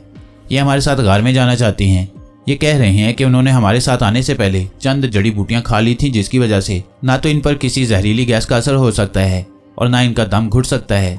जोसेफ ने उनसे बात करने के बाद इमरान से कहा, ठीक है, अगर मरने का इन्हें इतना ही शौक है तो हमें क्या? इमरान ने झिल्लाए हुए लहजे में कहा। उन सब ने बैगों से ऑक्सीजन सिलेंडर निकालकर कांधों पर बांधे और मास्क चेहरों पर चढ़ा लिए। हैवी टॉर्चों के साथ उन्होंने बैगों में से हल्की मशीन गन्ने और जरूरत का दूसरा सामान भी निकाल लिया था जो आगे उनके काम आ सकता था। फिर वो सब गार में दाखिल हो गई। हैवी टॉर्चों की रोशनी ने गार को रोशन कर दिया था। वो आगे गए तो वाकई उन्हें गार अमूदी अंदाज में नीचे जाता हुआ दिखाई दिया, जिसकी गहराई लामहदूद नजर आ रही थी। इमरान साहब, मेरा ख्याल है कि हमें यहाँ भी कील ठोंक कर रस्सियां बांध लेनी चाहिए ताकि वापसी पर हम उन रस्सियों को पकड़कर आसानी से ऊपर आ सकें, सफ्तर ने कहा। तो इमरान ने इस बात में सर हिला दिया। कैप्टन शकील, टाइगर, सफ्तर और खावर ने अपने बैगों से रस्सियों के गुच्छे निकाले और फिर वो गार की दीवारों में कील ठोंकते और रस्सियां डालते हुए नीचे उतरने लगे। गार आगे जाकर जगह जगह से मुड़ रहा था और जिस तरह मुसलसल गहराई की तरफ जा रहा था, अगर वो रस्सियां बांधकर उन्हें पकड़ते हुए कितार की सूरत में ना उतर रहे होते तो वो यकीनन फिसल कर गिर पड़ते और फिर रुके बगैर फिसलते हुए गिरते चले जाते। फिर वही हुआ जिसका डर था। सबसे आखिर में आने वाले एक वैशी के हाथ से रस्सी निकल गई। उसका पांव फिसला और जोर से दूसरे वैशी से टकराया। दूसरे वैशी के हाथों से भी रस्सी छूट गई। वो भी उलट कर गिरा और गार के ढलानुमा फर्श पर फिसलता चला गया। इसी तरह वो तीसरे और चौथे से टकराए और उन्हें लिए हुए नशेब की तरफ गिरते चले गए। दूसरे वैश्यों ने उनसे बचने की हर मुमकिन कोशिश की थी, मगर वो जिस तेजी से फिसलते हुए उनसे टकराए थे वो भी न बच सके थे। फिर वह इमरान और उसके साथियों से भी टकराए, मगर इमरान और उसके साथियों ने रस्सी मजबूती से पकड़कर अपने जिस्म दीवार से लगा लिए, लेकिन उनकी ये कोशिश कामयाब ना हो सकी। तेज रफ्तारी से इंसानों का रैला उनसे टकराया और वो सब एक दूसरे में गुडमुड होते हुए ढलवान में फिसलते चले गए। गार वैश्यों की तेज और खौफनाक चीखों से बुरी तरह से गूंज उठा था। इमरान और उसके साथी दीवारों में उभरे हुए पत्थरों को पकड़ने की कोशिश में मसरूफ थे, मगर ढलान इस कदर ज्यादा थी कि उनकी कोई कोशिश भी कामयाब न हो रही थी। और फिर सबसे पहले जोसेफ किसी लुढ़कते हुए पत्थर की तरह नीचे गिरता चला गया और फिर वो धब से जैसे रेत के टीले पर जा गिरा। रेत के टीले पर गिरते ही खुद को जख्मी होने से महफूज रखने के लिए उसने दाएं तरफ लौट लगाई और ढलान से होता हुआ ठोस जमीन पर आ गया। उसके बाद इमरान फिर उसके साथी रेत के उस टीले पर गिरे थे। उन्होंने सुरंगनुमा रास्ते में फिसल कर नीचे आते हुए अपने दिमागों को हाजिर रखा था। रेत के टीले पर गिरते ही वो दाएं बाएं लुढ़क जाते थे ताकि ऊपर से गिरने वाले अफराद उन पर गिरकर उन्हें जख्मी न कर दें। फिर वैश्यों के गिरने का सिलसिला शुरू हो गया। वो एक दूसरे के ऊपर गिरते चले गए, जिसकी वजह से उनके मुंह से खौफनाक चीखें निकल रही थीं। सुरंगनुमा रास्ते की ढलवान पर फिसलते हुए उनके हाथों से गन्ने और टॉर्चें गिर गई थीं और शायद ऊपर ही रह गई थीं, क्योंकि वहां हर तरफ गहरी तारीकी छाई हुई थी। अगर कोई जलती हुई टॉर्च वहां आकर गिरती तो उसकी रोशनी वहां जरूर फैल जाती। क्या तुम सब महफूज हो? अंधेरे में इमरान की आवाज़ उभरी। हाँ, मैं ठीक हूँ, जूलिया की आवाज़ सुनाई दी। फिर बारी बारी सब ने अपने महफूज होने के बारे में बता दिया। चौहान ने अपने कंधों से बैग उतारकर एक फायर रॉड निकाला और उसे रोशन कर दिया। फायर रॉड के रोशन होते ही वहां सुर्ख रंग की तेज रोशनी फैल गई। उन्होंने देखा वो एक गोल और अजीबोगरीब कमरे नुमा जगह में मौजूद थे, जहां हर तरफ स्याह रंग के सतून ही सतून नजर आ रहे थे। उन सतूनों और दीवारों पर सफेद रंग से अजीबोगरीब और भयानक शैतानी शक्लें बनी हुई थीं। चंद सतून गिरे हुए थे और सामने की दीवार भी गिरी हुई थी। उस दीवार में एक रास्ता दूर तक जाता दिखाई दे रहा था। दीवारों और सतूनों पर बनी हुई शैतानी तस्वीर देखकर उन सबके मुंह बन गए थे। उन्होंने सर उठाकर देखा तो उन्हें वो क्रैक काफी ऊपर नजर आया, जिसमें से वो फिसलते हुए नीचे आए थे। और उस सुराख के नीचे वाकई रेत और मिट्टी का बड़ा ढेर मौजूद था, जो शायद उसी सुराख से गिर गिर कर ढेर की सूरत में वहां जमा हो गया था। ढेर पर से वैसी गिरते पड़ते उठ रहे थे। एक दूसरे पर गिरने की वजह से उनकी हालत खासी अबतर हो गई थी। कमरा नुमा जगह ज्यादा लंबी चौड़ी नहीं थी, मगर उसकी छत खासी बुलंद थी और हर तरफ मकड़ियों के जाले लगे हुए थे। चौहान का फायर रॉड बुझने लगा तो खाबर और नोमानी ने एक एक रॉड जला लिया। फिर वो उसकी रोशनी में रेत के ढेर की तरफ बढ़े तो उन्हें रेत पर अपना असलहा और बुझी हुई टॉर्चें नजर आ गईं। बॉस, इन वैश्यों में से 7 वैशी एक दूसरे पर गिरने की वजह से हलाक हो चुकी हैं। जोसेफ ने वैश्यों की तरफ देखते हुए कहा, जो हलाक होने वाले वैश्यों की लाशें उठाकर एक तरफ डाल रहे थे। जिस बुरी तरह हम फिसलते हुए नीचे आए थे, हमारा और उनके बाकी साथियों का बच जाना भी किसी मौजूजे से कम नहीं है। इमरान ने कहा तो उन सब ने उसकी तायद में सर हिला दिए। उन्होंने अपनी टॉर्चें उठाकर रोशन की तो कमरा रोशन हो गया। उसी लम्हे उन्हें तेज फुंकारों की आवाजें सुनाई दी तो वह सब चौंक पड़े। ओह, यहाँ तो सांप हैं, जूलिया के मुंह से निकला। उसी लम्हे दीवारों में मौजूद सुराखों में से उन्होंने स्याह रंग के बड़े बड़े सांप निकलते देखे। वो फुंकारे मारते हुए बाहर आ रहे थे। वैश्यों ने सांपों को दीवारों से निकलते देखकर उन पर कुल्हाड़ियों से हमला कर दिया।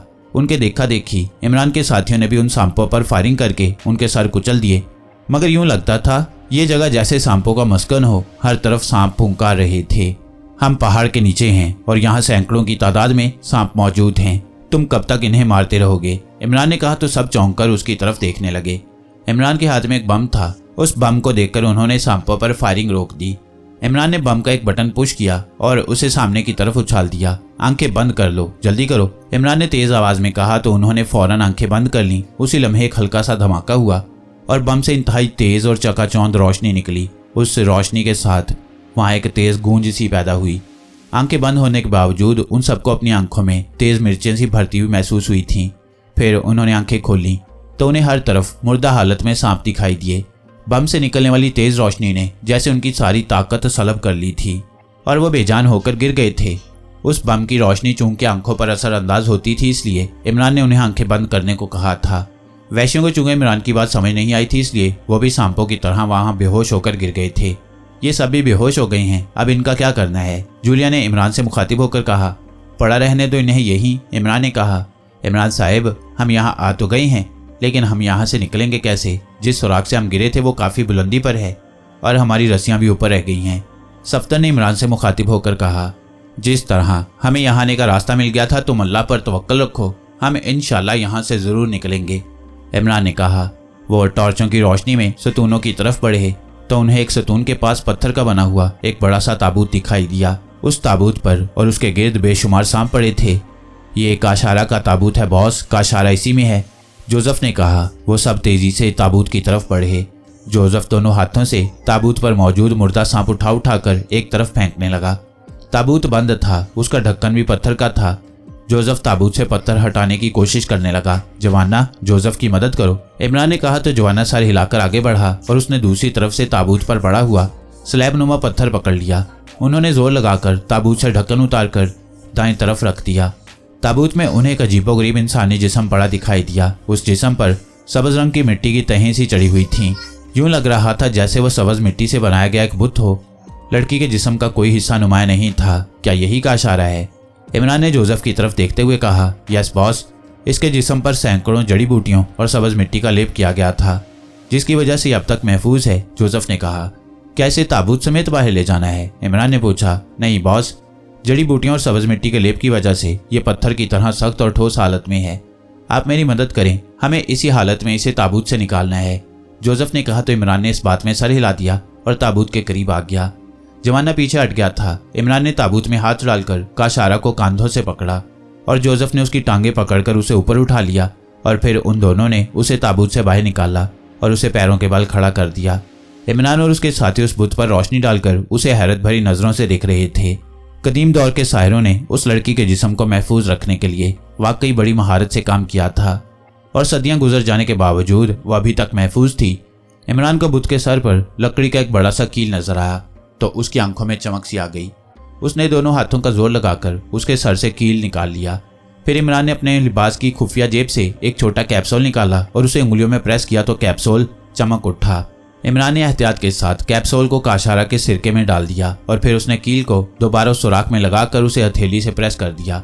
कील की वजह से कैप्सूल काशारा के सर में उतर गया था। अगर सरदार ज़काटा इस लकड़ी के कील को निकाल भी लेता तो कैप्सूल बाहर नहीं आ सकता था। इमरान को काशारा के सर के सुराख में कैप्सूल डालते किसी ने नहीं देखा था। क्या इसे हमने उठाकर बाहर ले जाना है? इमरान ने जोसेफ से मुखातिब होकर कहा। आप बेफिक्र हैं बॉस, अब मैं इसे अकेला ही उठा लूंगा, जोसेफ ने कहा। मैं जानता हूँ तुम इसे अकेले ही उठा सकते हो, मगर मैं जो पूछ रहा हूँ उसका जवाब दो। ओह बॉस, काशारा को मेरे और आपके हाथ लग चुके हैं। अब जरूरी नहीं है कि हम इसे उठाकर बाहर ले जाएं, इसे कोई भी उठाकर ले जा सकता है। जोसेफ ने इमरान की बात समझते हुए कहा। कोई से तुम्हारी क्या मुराद है? जूलिया ने उसकी तरफ गौर से देखते हुए कहा। हम अफ्रीका के पुरस्कार और खौफनाक जंगलों में हैं जूलिया, और सरदार ज़काटा मावराई अलूम का बहुत बड़ा माहिर। वो जो शैतानी खेल खेल रहा है, अगर हम उसकी खेल की जद में आ गए तो हम में से कोई जिंदा नहीं बच सकेगा। मैंने और जोसेफ ने सरदार ज़काटा की मावराई दुनिया और शंकारा को हलाक करने का एक प्रोग्राम बनाया है। तुम सबको भी उस प्रोग्राम का हिस्सा बनना पड़ेगा। हम ये सब करके ही सरदार ज़काटा और शंकारा को ख़त्म कर सकते हैं, इमरान ने संजीदा लहजे में कहा। आखिर तुम्हारा प्रोग्राम क्या है? जूलियन ने कुछ ना समझते हुए कहा तो इमरान उन्हें अपना प्रोग्राम बताने लगा, जिसे सुनते उन सबके चेहरों पर शदीद हैरत लहराने लगी। वाकई इमरान का प्रोग्राम इंतहाई हैरत अंगेज और अछूता था, जिससे सरदार ज़काटा, उसकी मावराई ताकतों और शंकारा को आसानी से फना किया जा सकता था। वो तो सब ठीक है, मगर हम यहाँ से निकलेंगे कैसे? जूलिया ने इमरान की बात सुनने के बाद कहा। आप परेशान ना हो, ये जो आप सामने रास्ता देख रही हैं, हम उसी रास्ते से बाहर जाएंगे। इस रास्ते की तवालत तो ज़्यादा है, मगर इसमें बेहद ढलवान है। हम इस रास्ते पर चलकर पहाड़ों की दूसरी तरफ निकलेंगे, जोसेफ ने कहा। तुम्हें कैसे मालूम हुआ है कि हम इस रास्ते में पहाड़ों की तरफ निकल सकते हैं? तनवीर ने उसकी तरफ गौर से देखते हुए कहा। मैं मकाशो खानदान का आखिरी फर्द हूँ। यहाँ मैं जोसेफ नहीं मकाशो बन गया हूँ, और मकाशो बनने से मेरी आंखें तेज और दिमाग रोशन हो गया है। मुझे मालूम है कि कौन सा रास्ता किधर जाता है, जोसेफ ने कहा। ओह, अगर ऐसी बात है तो तुम हमें मुश्किल रास्ते से यहाँ क्यों लाए थे? इसी रास्ते से यहाँ ले आते, तनवीर ने उसे घूरते हुए कहा। पहले मुझे इस रास्ते का इल्म नहीं था, अब मकाशो बनकर मुझे इस रास्ते का इल्म हो गया है, जोसेफ ने जवाब देते हुए कहा। क्या इस रास्ते में हमारे लिए खतरात नहीं होंगे? यहाँ तो हमने सांपों को बम से अलग कर दिया है, अगर उस रास्ते में सांप और बिच्छू हुए तो? जूलिया ने कहा। हम यहाँ अपनी हिफाजत का तमाम सामान लेकर आए हैं और हमारे पास असले की भी कमी नहीं है मिस जूलिया। अगर हमारे रास्ते में खतरात आई तो हम उनसे निपट लेंगे, कैप्टन शकील ने कहा। क्या अपने प्रोग्राम पर तुम यही अमल करोगे? जूलिया ने कहा। हाँ, यह ज़रूरी है। हो सकता है हम बाहर निकलें तो फौरन घेर लिया जाए। अब तक सरदार ज़काटा हमारे पीछे सैकड़ों वैश्यों को भेज चुका होगा, इमरान ने इस बात में सर हिलाकर कहा। ठीक है, तुम्हारा प्रोग्राम तुम ही जानो, हम तो वही करेंगे जो तुम कहोगे, जूलिया ने एक तवील सांस लेते हुए कहा। सोच लो, जो मैं कहूँगा तुम वही करोगी ना? इमरान ने मुस्कुराते हुए कहा। हाँ, क्यों, कोई शक है तुम्हें? जूलिया ने कहा। नहीं, मैं सोच रहा हूँ अगर कोई आड़े आ गया तो, इमरान ने कहा। पहले तो वो सब हैरत से इमरान को देखते रहे, जैसे इमरान की बात उन्हें समझ न आई हो। फिर जैसे ही उन्हें इमरान की बात का मतलब समझ आया, वो बेख्तियार खिलखिलाकर हंस पड़े। नहीं आड़े आएगा, मेरी गारंटी है, जूलिया ने कहा तो उन सबके कह के गार में गूंज उठे। जूलिया के रिमार्क्स पर तनवीर तिलमिलाकर रह गया था। मैदानी इलाके में हर तरफ लिबादेनुमा सफ़ेद लिबास पहने वैसी ही वैसी नजर आ रहे थे। उन्होंने कितारों की सूरत में दायरे बना रखे थे। उनके दरमियान में एक बहुत बड़ा गढ़ा बना हुआ था जिसमें संदल की लकड़ियों का ढेर लगा हुआ था। गढ़े के दरमियानी हिस्से में एक दूसरे पर लकड़ियां चुनकर एक छोटा सा चबूतरा बना दिया गया था। गढ़े के चारों तरफ लकड़ियों के तख्ते लगा दिए गए थे जिनकी तादाद 13 थी। उसी तरह गढ़े के दाएं बाएं 2 लंबे लंबे दरख्तों को काटकर जमीन में खंभों की तरह गाड़ दिया गया था, जिसके ऊपर दोनों खंभों के सिरों पर मजबूत बेलों की रस्सी बांधी गई थी। उस रस्सी पर मकाशों को उल्टा लटकाया जाना था। जब काशारा का जिस्म आग में तपकर सुर्ख हो जाता और शंकारा धुआं बनकर उसके जिस्म में समाना शुरू होती तो वैशी उल्टा लटके मकाशों को तीर मार देते ताकि उसके जिस्म से निकलने वाला खून बारिश के कतरों की तरह काशारा पर पड़ता और काशारा शंकारा बनकर नई जिंदगी हासिल कर लेती। ये तमाम इंतजामात सरदार ज़काटा ने महाशैतान के महापुजारी के हुक्म से कराए थे। वो गढ़े के करीब ही मौजूद था। जब दायरा बनाए वैसी आंखें बंद किए ऊंची आवाज में उसका बताया हुआ एक मंत्र पढ़ने में मसरूफ थे। सरदार ज़काटा एक ऊंची चट्टान पर बैठा था। उसके चेहरे पर शदीद परेशानी और बेचैनी के तासुरात दिखाई दे रहे थे। उसे सरदार काजोका का इंतजार था जिसे उसने मकाशो और उसके साथियों के पीछे भेज रखा था। उन्हें वहां से गए हुए 3 रातें और 2 दिन गुजर चुके थे, लेकिन ताहाल उनकी तरफ से अभी कोई इतला नहीं आई थी, जिसकी वजह से सरदार ज़काटा की परेशानी बढ़ती जा रही थी। वो ये तो जानता था कि मकाशो और उसके साथी काशारा के जिस्म को तल्फ तो नहीं कर सकते और ना ही उसे लेकर पहाड़ों की तरफ भाग सकते हैं, मगर वो ये सोच सोच कर परेशान हो रहा था कि वो लोग पहाड़ों के नीचे ना जाने कहाँ गए होंगे, वो किस हाल में होंगे। अगर वो पहाड़ों के नीचे ही हलाक हो गए तो उनके लिए काशारा को कौन लाएगा। अगर काशारा को वहां ना लाया गया तो वो शंकारा को किसी भी तरह से जिंदा नहीं कर सकेंगे, जिसके लिए उन्होंने ये सब इंतजामात कर रखे थे। मैं भी कितना बड़ा भुलक्कड़ हूँ, शेगाल को तो मैं भूल ही गया था। शेगाल उस जगह तो नहीं जा सकता जहाँ काशारा है, लेकिन अगर वो लोग काशारा को पहाड़ों के नीचे से निकाल लाए होंगे तो शेगाल उनके बारे में यकीनन पता चला लेगा। अचानक सरदार ज़काटा ने ख्याल के तहत चौंकते हुए कहा। उसने आंखें बंद की और शेगाल को बुलाने का मंत्र पढ़ने ही लगा था कि अचानक उसे सरदार काचोका की तेज आवाज सुनाई दी। सरदार काचोका की आवाज सुनकर सरदार ज़काटा बेख्तियार चौंक पड़ा। उसने देखा सामने से सरदार काचोका वैश्यों के दरमियान से रास्ता बनाते हुए उसकी तरफ आ रहा था। सरदार काचोका को देखकर सरदार ज़काटा बेख्तियार खड़ा हो गया। तुम आ गए सरदार काचोका? ओह, मैं कब से तुम्हारा इंतजार कर रहा था। कहो, क्या खबर लाए हो? सरदार काचोका के नजदीक आने पर सरदार ज़काटा ने खुशी और बेचैनी से लरजते हुए लहजे में कहा, हमें काशारा मिल गई है आका। सरदार काचोका ने उसके सामने झुकते हुए कहा तो उसकी बात सुनकर सरदार ज़काटा बेख्तियार उछल पड़ा। काशारा मिल गई है? ओह, कहाँ है वो? सरदार ज़काटा ने खुशी से लरजते हुए कहा। काशारा के मिलने का सुनकर उसका स्याह चेहरा खुशी से और ज्यादा स्याह हो गया था और उसकी बूढ़ी आंखों में बेपनाह चमक उमड़ आई थी। मेरे साथी उसे ला रहे हैं आका, वो भी काफी फासले पर है। मैं आपको खुशखबरी सुनाने के लिए दौड़ा आया था, सरदार काचोका ने कहा। ओह, तुमने काशारा के मिलने की खुशखबरी सुनाकर मेरा सेरों खून बढ़ा दिया है सरदार काचोका। मैं तुमसे बहुत खुश हूँ, बहुत खुश। मैं तुमसे वादा करता हूँ कि शंकारा को जिंदा करने और उसे अपना ताबे करने के बाद मैं तुम्हें अपना महान पुजारी बना लूंगा और तुम्हें मावराई अलूम से मालामाल कर दूंगा, सरदार ज़काटा ने कहा। सरदार काचोका हमेशा आपकी पूजा करेगा आका। सरदार काचोका ने खुश होकर सरदार ज़काटा के सामने सर झुकाते हुए कहा। कहाँ मिली थी तुम्हें काशारा और मकाशो, और उसका आका और उसके साथी कहाँ हैं? सरदार ज़काटा ने एक बार फिर बेचैन होते हुए कहा। मैं अपने साथियों के साथ पहाड़ों पर फैल गया था सरदार। हम हर तरफ उन्हें तलाश करते फिर रहे थे। वहाँ चूंकि संगी चट्टानें हैं इसलिए हम उनके कदमों के निशान भी तलाश नहीं कर पा रहे थे। फिर हम पहाड़ों पर दूर निकल गए। 2 रातों और 1 दिन की तलाश के बाद जब हम बड़े स्याह पहाड़ के अकब में गए तो हमें उस पहाड़ के गार से कुछ लोग निकलते दिखाई दिए। हमने उनको देखते ही पहचान लिया, ये हमारे ही साथी थे। हम फौरन उनके पास पहुंच गए। वो बेहद थके हुए और परेशान नजर आ रहे थे। मैंने उनसे मकाशो और उसके साथियों और अपने वैश्यों के बारे में पूछा तो उन्होंने बताया कि वो सब गार में हैं। मकाशो ने काशारा को पहाड़ के नीचे से निकाल लिया था। वो सब उस रास्ते से बाहर आ रहे थे कि अचानक उन पर नीली मकड़ियों ने हमला कर दिया। कबीले के वैश्यों ने चूंकि गोलार के फूल और चंद जड़ी बूटियां खा रखी थी इसलिए उन मकड़ियों के जहर का उन पर तो असर नहीं हुआ, लेकिन मकाशो और उसके साथी उन नीली मकड़ियों का शिकार बन गए। कई नीली मकड़ियों ने उन्हें काट लिया जिसकी वजह से वो बेहोश होकर गिर गए। हमारे साथी अगर आग जलाकर उन मकड़ियों को भगा ना देते तो वो उन सबका गोश्त खा जाती। वो उन बेहोश अफराद और काशारा को उठाकर गार से बाहर ला रहे थे। हमारे साथी थककर चूर हो गए थे और कुछ देर बाहर की हवा खाने और सस्ताने के लिए गार से बाहर आ गए थे। उनके कहने पर मैं फौरन बेशुमार वैश्यों को गार में ले गया। वहां हमारे 13 साथी मौजूद थे, जबकि मकाश और उसके साथी बेहोश पड़े थे। हमारे पूछने पर उन्होंने बताया कि उनके 7 साथी जिस रास्ते से गार में पहुंचे थे, ऊपर से गिरने की वजह से हलाक हो गए थे, जिनकी लाशें वो वहीं छोड़ आए थे। बहरहाल हमने काशारा और मकाशों के तमाम साथियों को उठाया और गार से बाहर आ गए। हम चूंकि बहुत दूर पहुंच चुके थे, इसलिए यहाँ आते हुए हमें मजीद एक रात लग गई। सरदार काचोका ने मुसलसल बोलते हुए कहा, ओह, अगर उन सबको नीली मकड़ियों ने काटा है तो अब उन्हें किसी भी सूरत होश नहीं आएगा। ये तो बहुत बुरा हुआ। मैं उन सबको होश में रखकर उन्हें हलाक करके शंकारा की भीड़ चढ़ाना चाहता था। सरदार ज़काटा ने परेशानी के आलम में कहा, ओह, तो क्या बेहोशी के आलम में उनकी भीड़ नहीं दी जा सकती? सरदार काचोका ने भी परेशान होते हुए कहा, भीड़ तो उनकी ज़रूर दी जाएगी, चाहे वो बेहोश हों या होश में।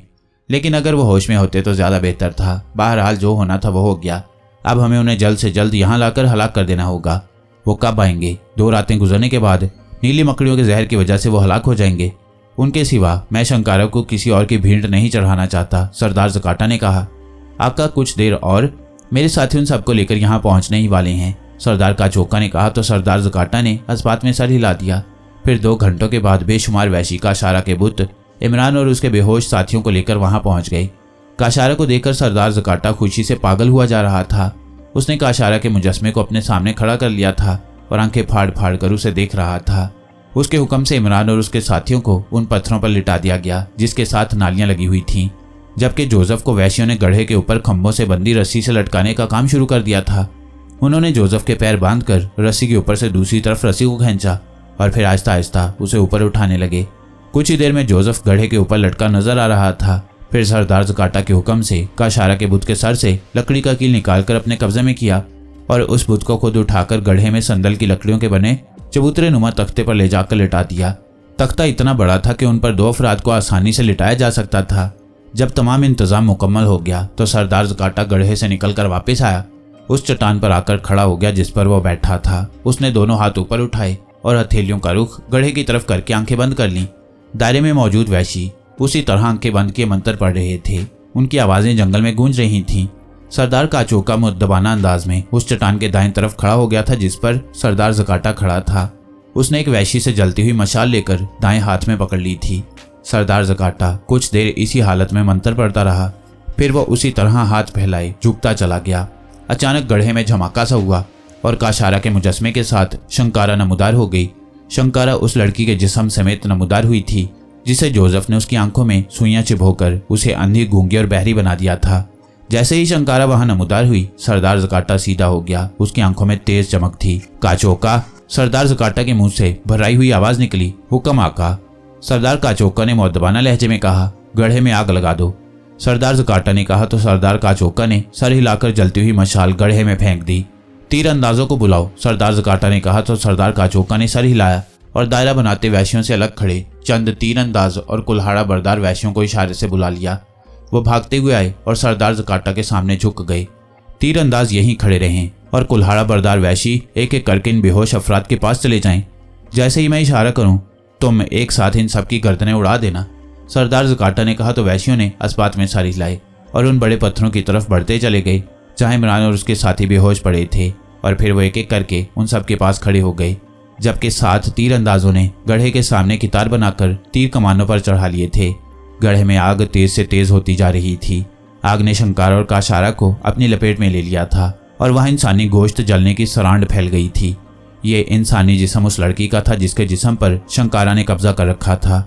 सरदार ज़काटा चट्टान से उतरकर नीचे आया और गड्ढे में जलती हुई काशारा और शंकारा को देखने लगा। शंकारा का जिस्म जलकर स्याह हो रहा था जबकि काशारा का जिस्म सुर्ख हो रहा था। तीर चलाओ, सरदार ज़काटा ने चीख कर कहा तो तीर अंदाजों ने गड्ढे पर उल्टे लटके हुए जोसेफ पर तीर मारे।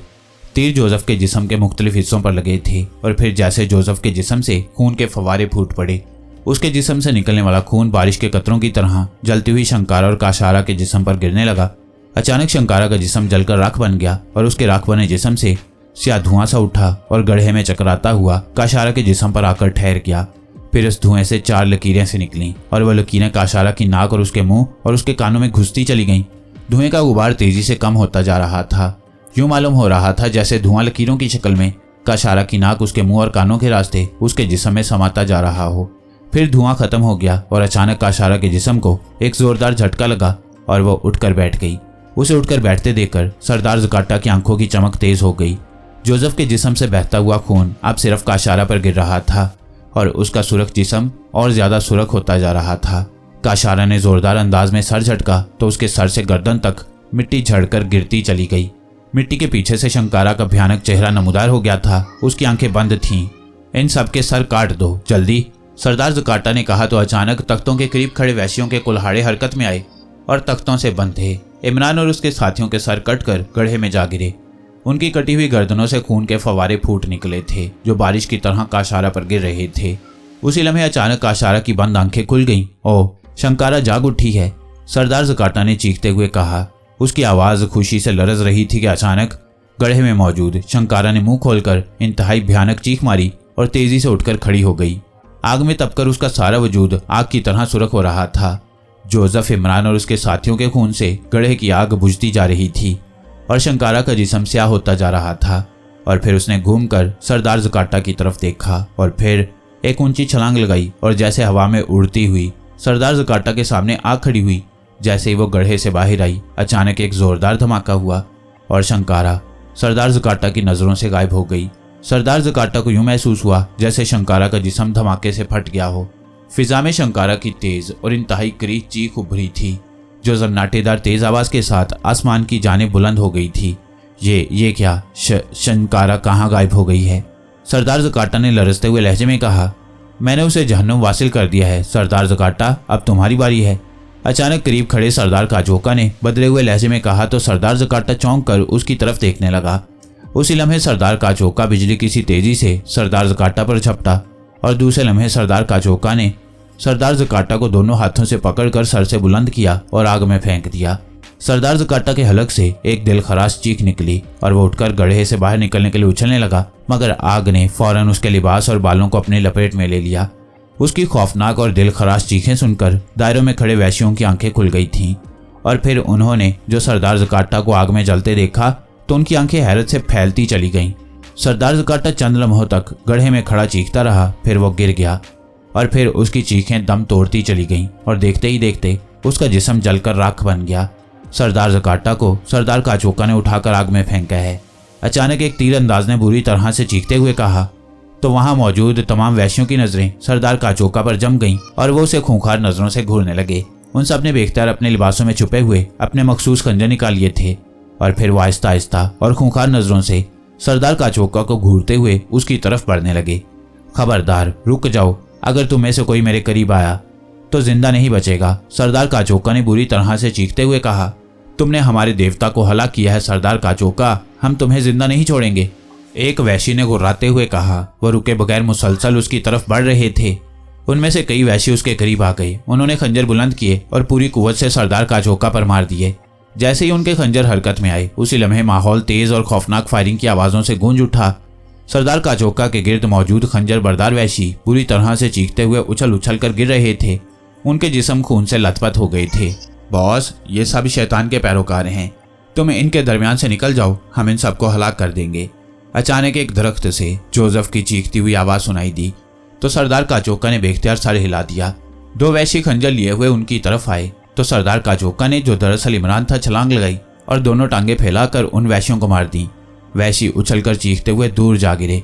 इससे पहले कि वो उठते, इमरान ने कलाबाजी खाकर अपने पैरों पर खड़े होते हुए एक बार फिर छलांग लगाई और दूसरे वैश्यों के ऊपर से होता हुआ उनके अकब में चला गया। उसी लम्हे दरख्तों पर से अचानक फायरिंग शुरू हो गई और वैश्य अपने ही खून में नहाते हुए गिरते चले गए। वैश्य दौड़ते हुए ऊपर छलांगे लगाते हुए इमरान को पकड़ने और खंजर मारने की कोशिश कर रहे थे, मगर इमरान तो जैसे छलावा बना हुआ था। वो उनका घेरा तोड़ते हुए तेजी से उनके दरमियान से निकला जा रहा था। दुश्मन दरख्तों पर छुपे हुए हैं, उन वैश्यों पर तीर चलाओ जल्दी, एक वैश्य ने बुरी तरह से चीखते हुए कहा तो तीर अंदाजों को जैसे होश आ गया। उन्होंने कमानों पर तीर चढ़ाए, मगर इससे पहले कि वो दरख्तों पर मौजूद इमरान के साथियों पर तीर बरसाते, एक दरख्त से तड़तड़ाहट की आवाजें उभरी और इसके साथ ही तीर अंदाज गिरकर तड़पने लगे। दरख्तों पर इमरान के साथी छुपे हुए थे। उनके पास मशीन गन्नें थी जिनसे वो उन वैश्यों पर मुसलसल फायरिंग कर रहे थे। वैश्य उन पर कुल्हाड़े, नेज़े और पत्थर उठा उठा कर फेंकने की कोशिश कर रहे थे, मगर जदीद असलहे के सामने वो क्या कर सकते थे। इमरान को वहां से निकलते देखकर उन्होंने फायरिंग करने के साथ उन पर बम फेंकना भी शुरू कर दिए थे। उन बमों के खौफनाक धमाकों से उन वैश्यों के परखच्चे उड़ते जा रहे थे।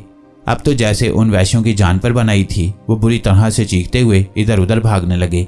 इनमें से किसी को जिंदा नहीं बचना चाहिए, नीचे उतरो और इन सबको हलाक कर दो। जोसेफ ने एक दरख्त से छलांग लगाकर नीचे उतरते हुए कहा, तो उसके सब साथी तेजी से दरख्तों से नीचे उतरने लगे और फिर वह सब उन वैश्यों पर मौत बनकर झपट पड़े। जंगल गोलियों और बमों के खौफनाक धमाकों के साथ इंसानी चीखों से बुरी तरह गूंज रहा था। वैश्य उनसे जान बचाने के लिए इधर उधर भागते हुए भी उन पर हमला कर रहे थे, मगर मौत उनके सरों पर नाच रही थी और वो हलाक होकर गिरते जा रहे थे। इमरान और जोसेफ ने अपनी प्लानिंग पर अमल करते हुए बेहोश वैश्यों पर अपना और अपने साथियों का मेकअप कर दिया था और उन्हें अपने लिबास पहनाकर उन्हें तवील अरसे के लिए बेहोश कर देने वाले इंजेक्शंस लगा दिए थे। फिर इमरान ने महारत से अपने साथियों पर उन वैश्यों का मेकअप किया और उन सब ने वैश्यों के ढीले ढाले और लिबादे-नुमा लिबास पहन लिए थे। वो सब उन वैश्यों को और काशारा को उठाकर उस रास्ते की तरफ चल पड़े थे जिसके बारे में जोसेफ ने उन्हें बताया था। मुसलसल और काफ़ी देर चलते रहने के बाद आखिरकार वो उस रास्ते के सिरे पर पहुंच गए जहां से तेज रोशनी अंदर आ रही थी। रोशनी देखकर वो समझ गए थे कि वो पहाड़ की गहराई से बाहर निकल आए हैं। इमरान ने उन्हें वहीं रुकने को कहा और जोसेफ जमाना और टाइगर को लेकर गार के धाने की तरफ चल पड़ा। उसे खदशा था कि बाहर कोई हो सकता है। वो उनके साथ बाहर का जायजा लेने के लिए निकला तो उसने वहां हर तरफ सामीगान कबीले के वैश्यों को देखा। सरदार काचोका उन्हें देखकर तेजी से भागता हुआ उनके पास आ गया। इमरान चूंकि अफ्रीकी जुबान जानता था, इसलिए उसने सरदार काचोका को बताया कि उन पर गार में नीली मकड़ियों ने हमला कर दिया था, जिसकी वजह से मकाशे और उसके आका समेत उनके सब साथी बेहोश हो गए थे। उन्होंने चूंकि गोलार के मखसूस फूल खा रखे थे, इसलिए उन पर उन नीली मकड़ियों के काटने का कोई असर नहीं हुआ था। सरदार काचोका ने उनसे काशारा के बारे में पूछा तो इमरान ने उसे बताया कि काशारा उनके कब्जे में है, जिसे देखने के लिए सरदार काचोका अकेला उनके साथ गार में चला गया था। इमरान ने सरदार काचोका को गार में लाते हुए उसकी कनपटी पर मुक्का मारकर उसे बेहोश कर दिया। फिर उसने जल्दी जल्दी सरदार काचोका का लिबास उतार कर खुद पहना और अपना पहला मेकअप खत्म करके उसने सरदार काचोका का मेकअप कर लिया और उसकी लाश को छुपा दिया। फिर इमरान ने गार से निकलकर सरदार काचोका के लहजे में वैश्यों को गार में बुलाया और उन सबको उठाने के लिए कहा, तो उन्होंने बेहोश अफराद को मकाशों और उसके साथी समझकर उठा लिया और फिर वो सब गार से निकलते चले गए। उन सब ने बैगों से असला निकालकर अपने लिबासों में छुपा लिया था। सरदार ज़काटा के पास पहुंचकर इमरान ने उसे मन घड़त कहानी सुनाई थी, जिस पर सरदार ज़काटा ने फौरन यकीन कर लिया था। सरदार ज़काटा को काशारा और मकाशो और उसके आका समेत तमाम अफराद मिल गए थे, इसलिए उसने उन वैश्यों पर कोई तवज्जो नहीं दी थी जो उनके साथ गार में गए थे। इमरान के इशारे पर वो सब वहां मौजूद मुख्तलिफ दरख्तों पर चढ़ गए। पंडाल में मौजूद वैश्य चूंकि आंखें बंद किए मुसलसल मंत्र पढ़ रहे थे, इसलिए उनमें से कोई भी उन्हें दरख्तों पर चढ़ते ना देख सका था। जोसेफ ने इमरान को बताया था कि फादर जोशुआ के कहने के मुताबिक शंकारा को उस वक्त हलाक करना होगा जब वो काशारा के जिस्म में समाकर और जिंदा होकर आग के गड्ढे से बाहर आएगी। इमरान ने गार में काशारा के सर से कील निकालकर सुराख में एक कैप्सूल डाल दिया था, जो एक ताकतवर बम था जिसका रिमोट इमरान के पास था। वो बम असल में हीट प्रूफ था, जो तेज आग में भी नहीं फट सकता था। उसे सिर्फ रिमोट कंट्रोल से ही ब्लास्ट किया जा सकता था।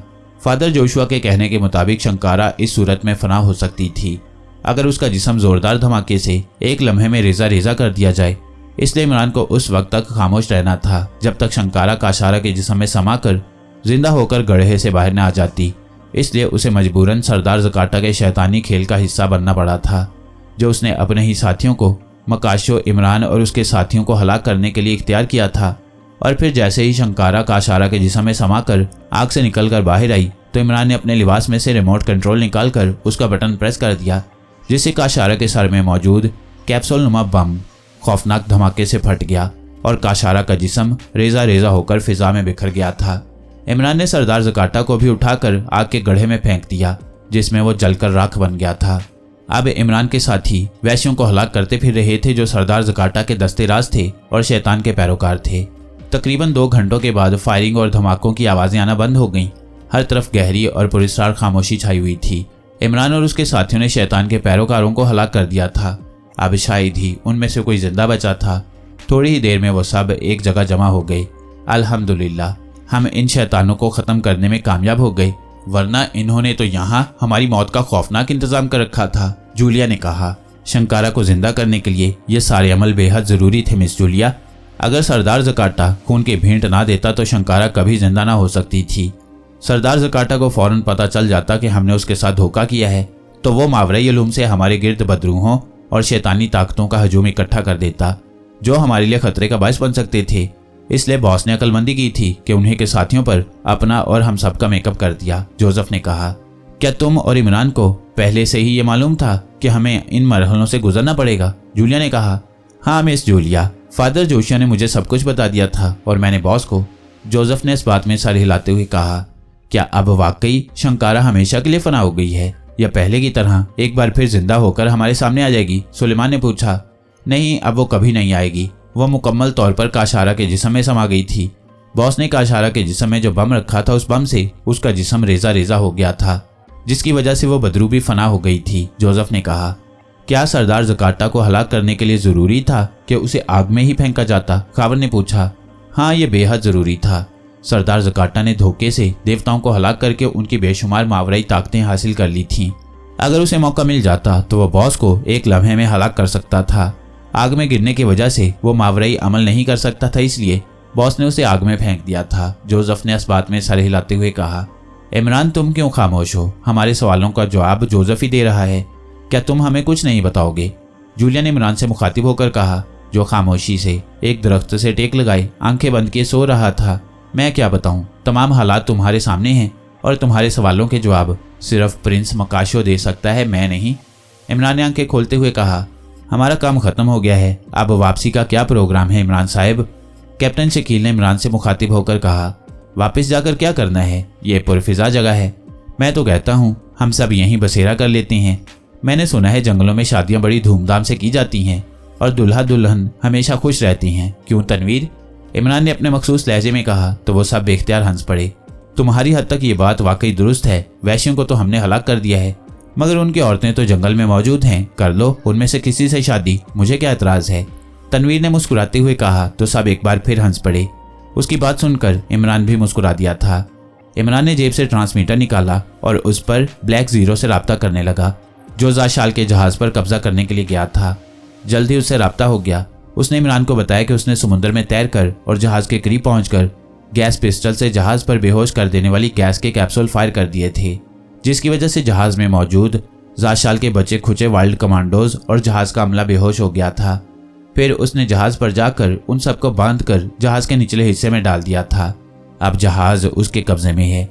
इमरान ने उसे जहाज शुमाली जंगल के साहिल की तरफ लाने की हदायत दी और ट्रांसमीटर ऑफ कर दिया। आओ, हमारे साहिल तक पहुंचने तक डागल जहाज वहां ले आएगा। इमरान ने कहा तो उन सब ने इस बात में सर हिला दिए और फिर वो साहिल की तरफ चल पड़े। खत्म शुद्ध।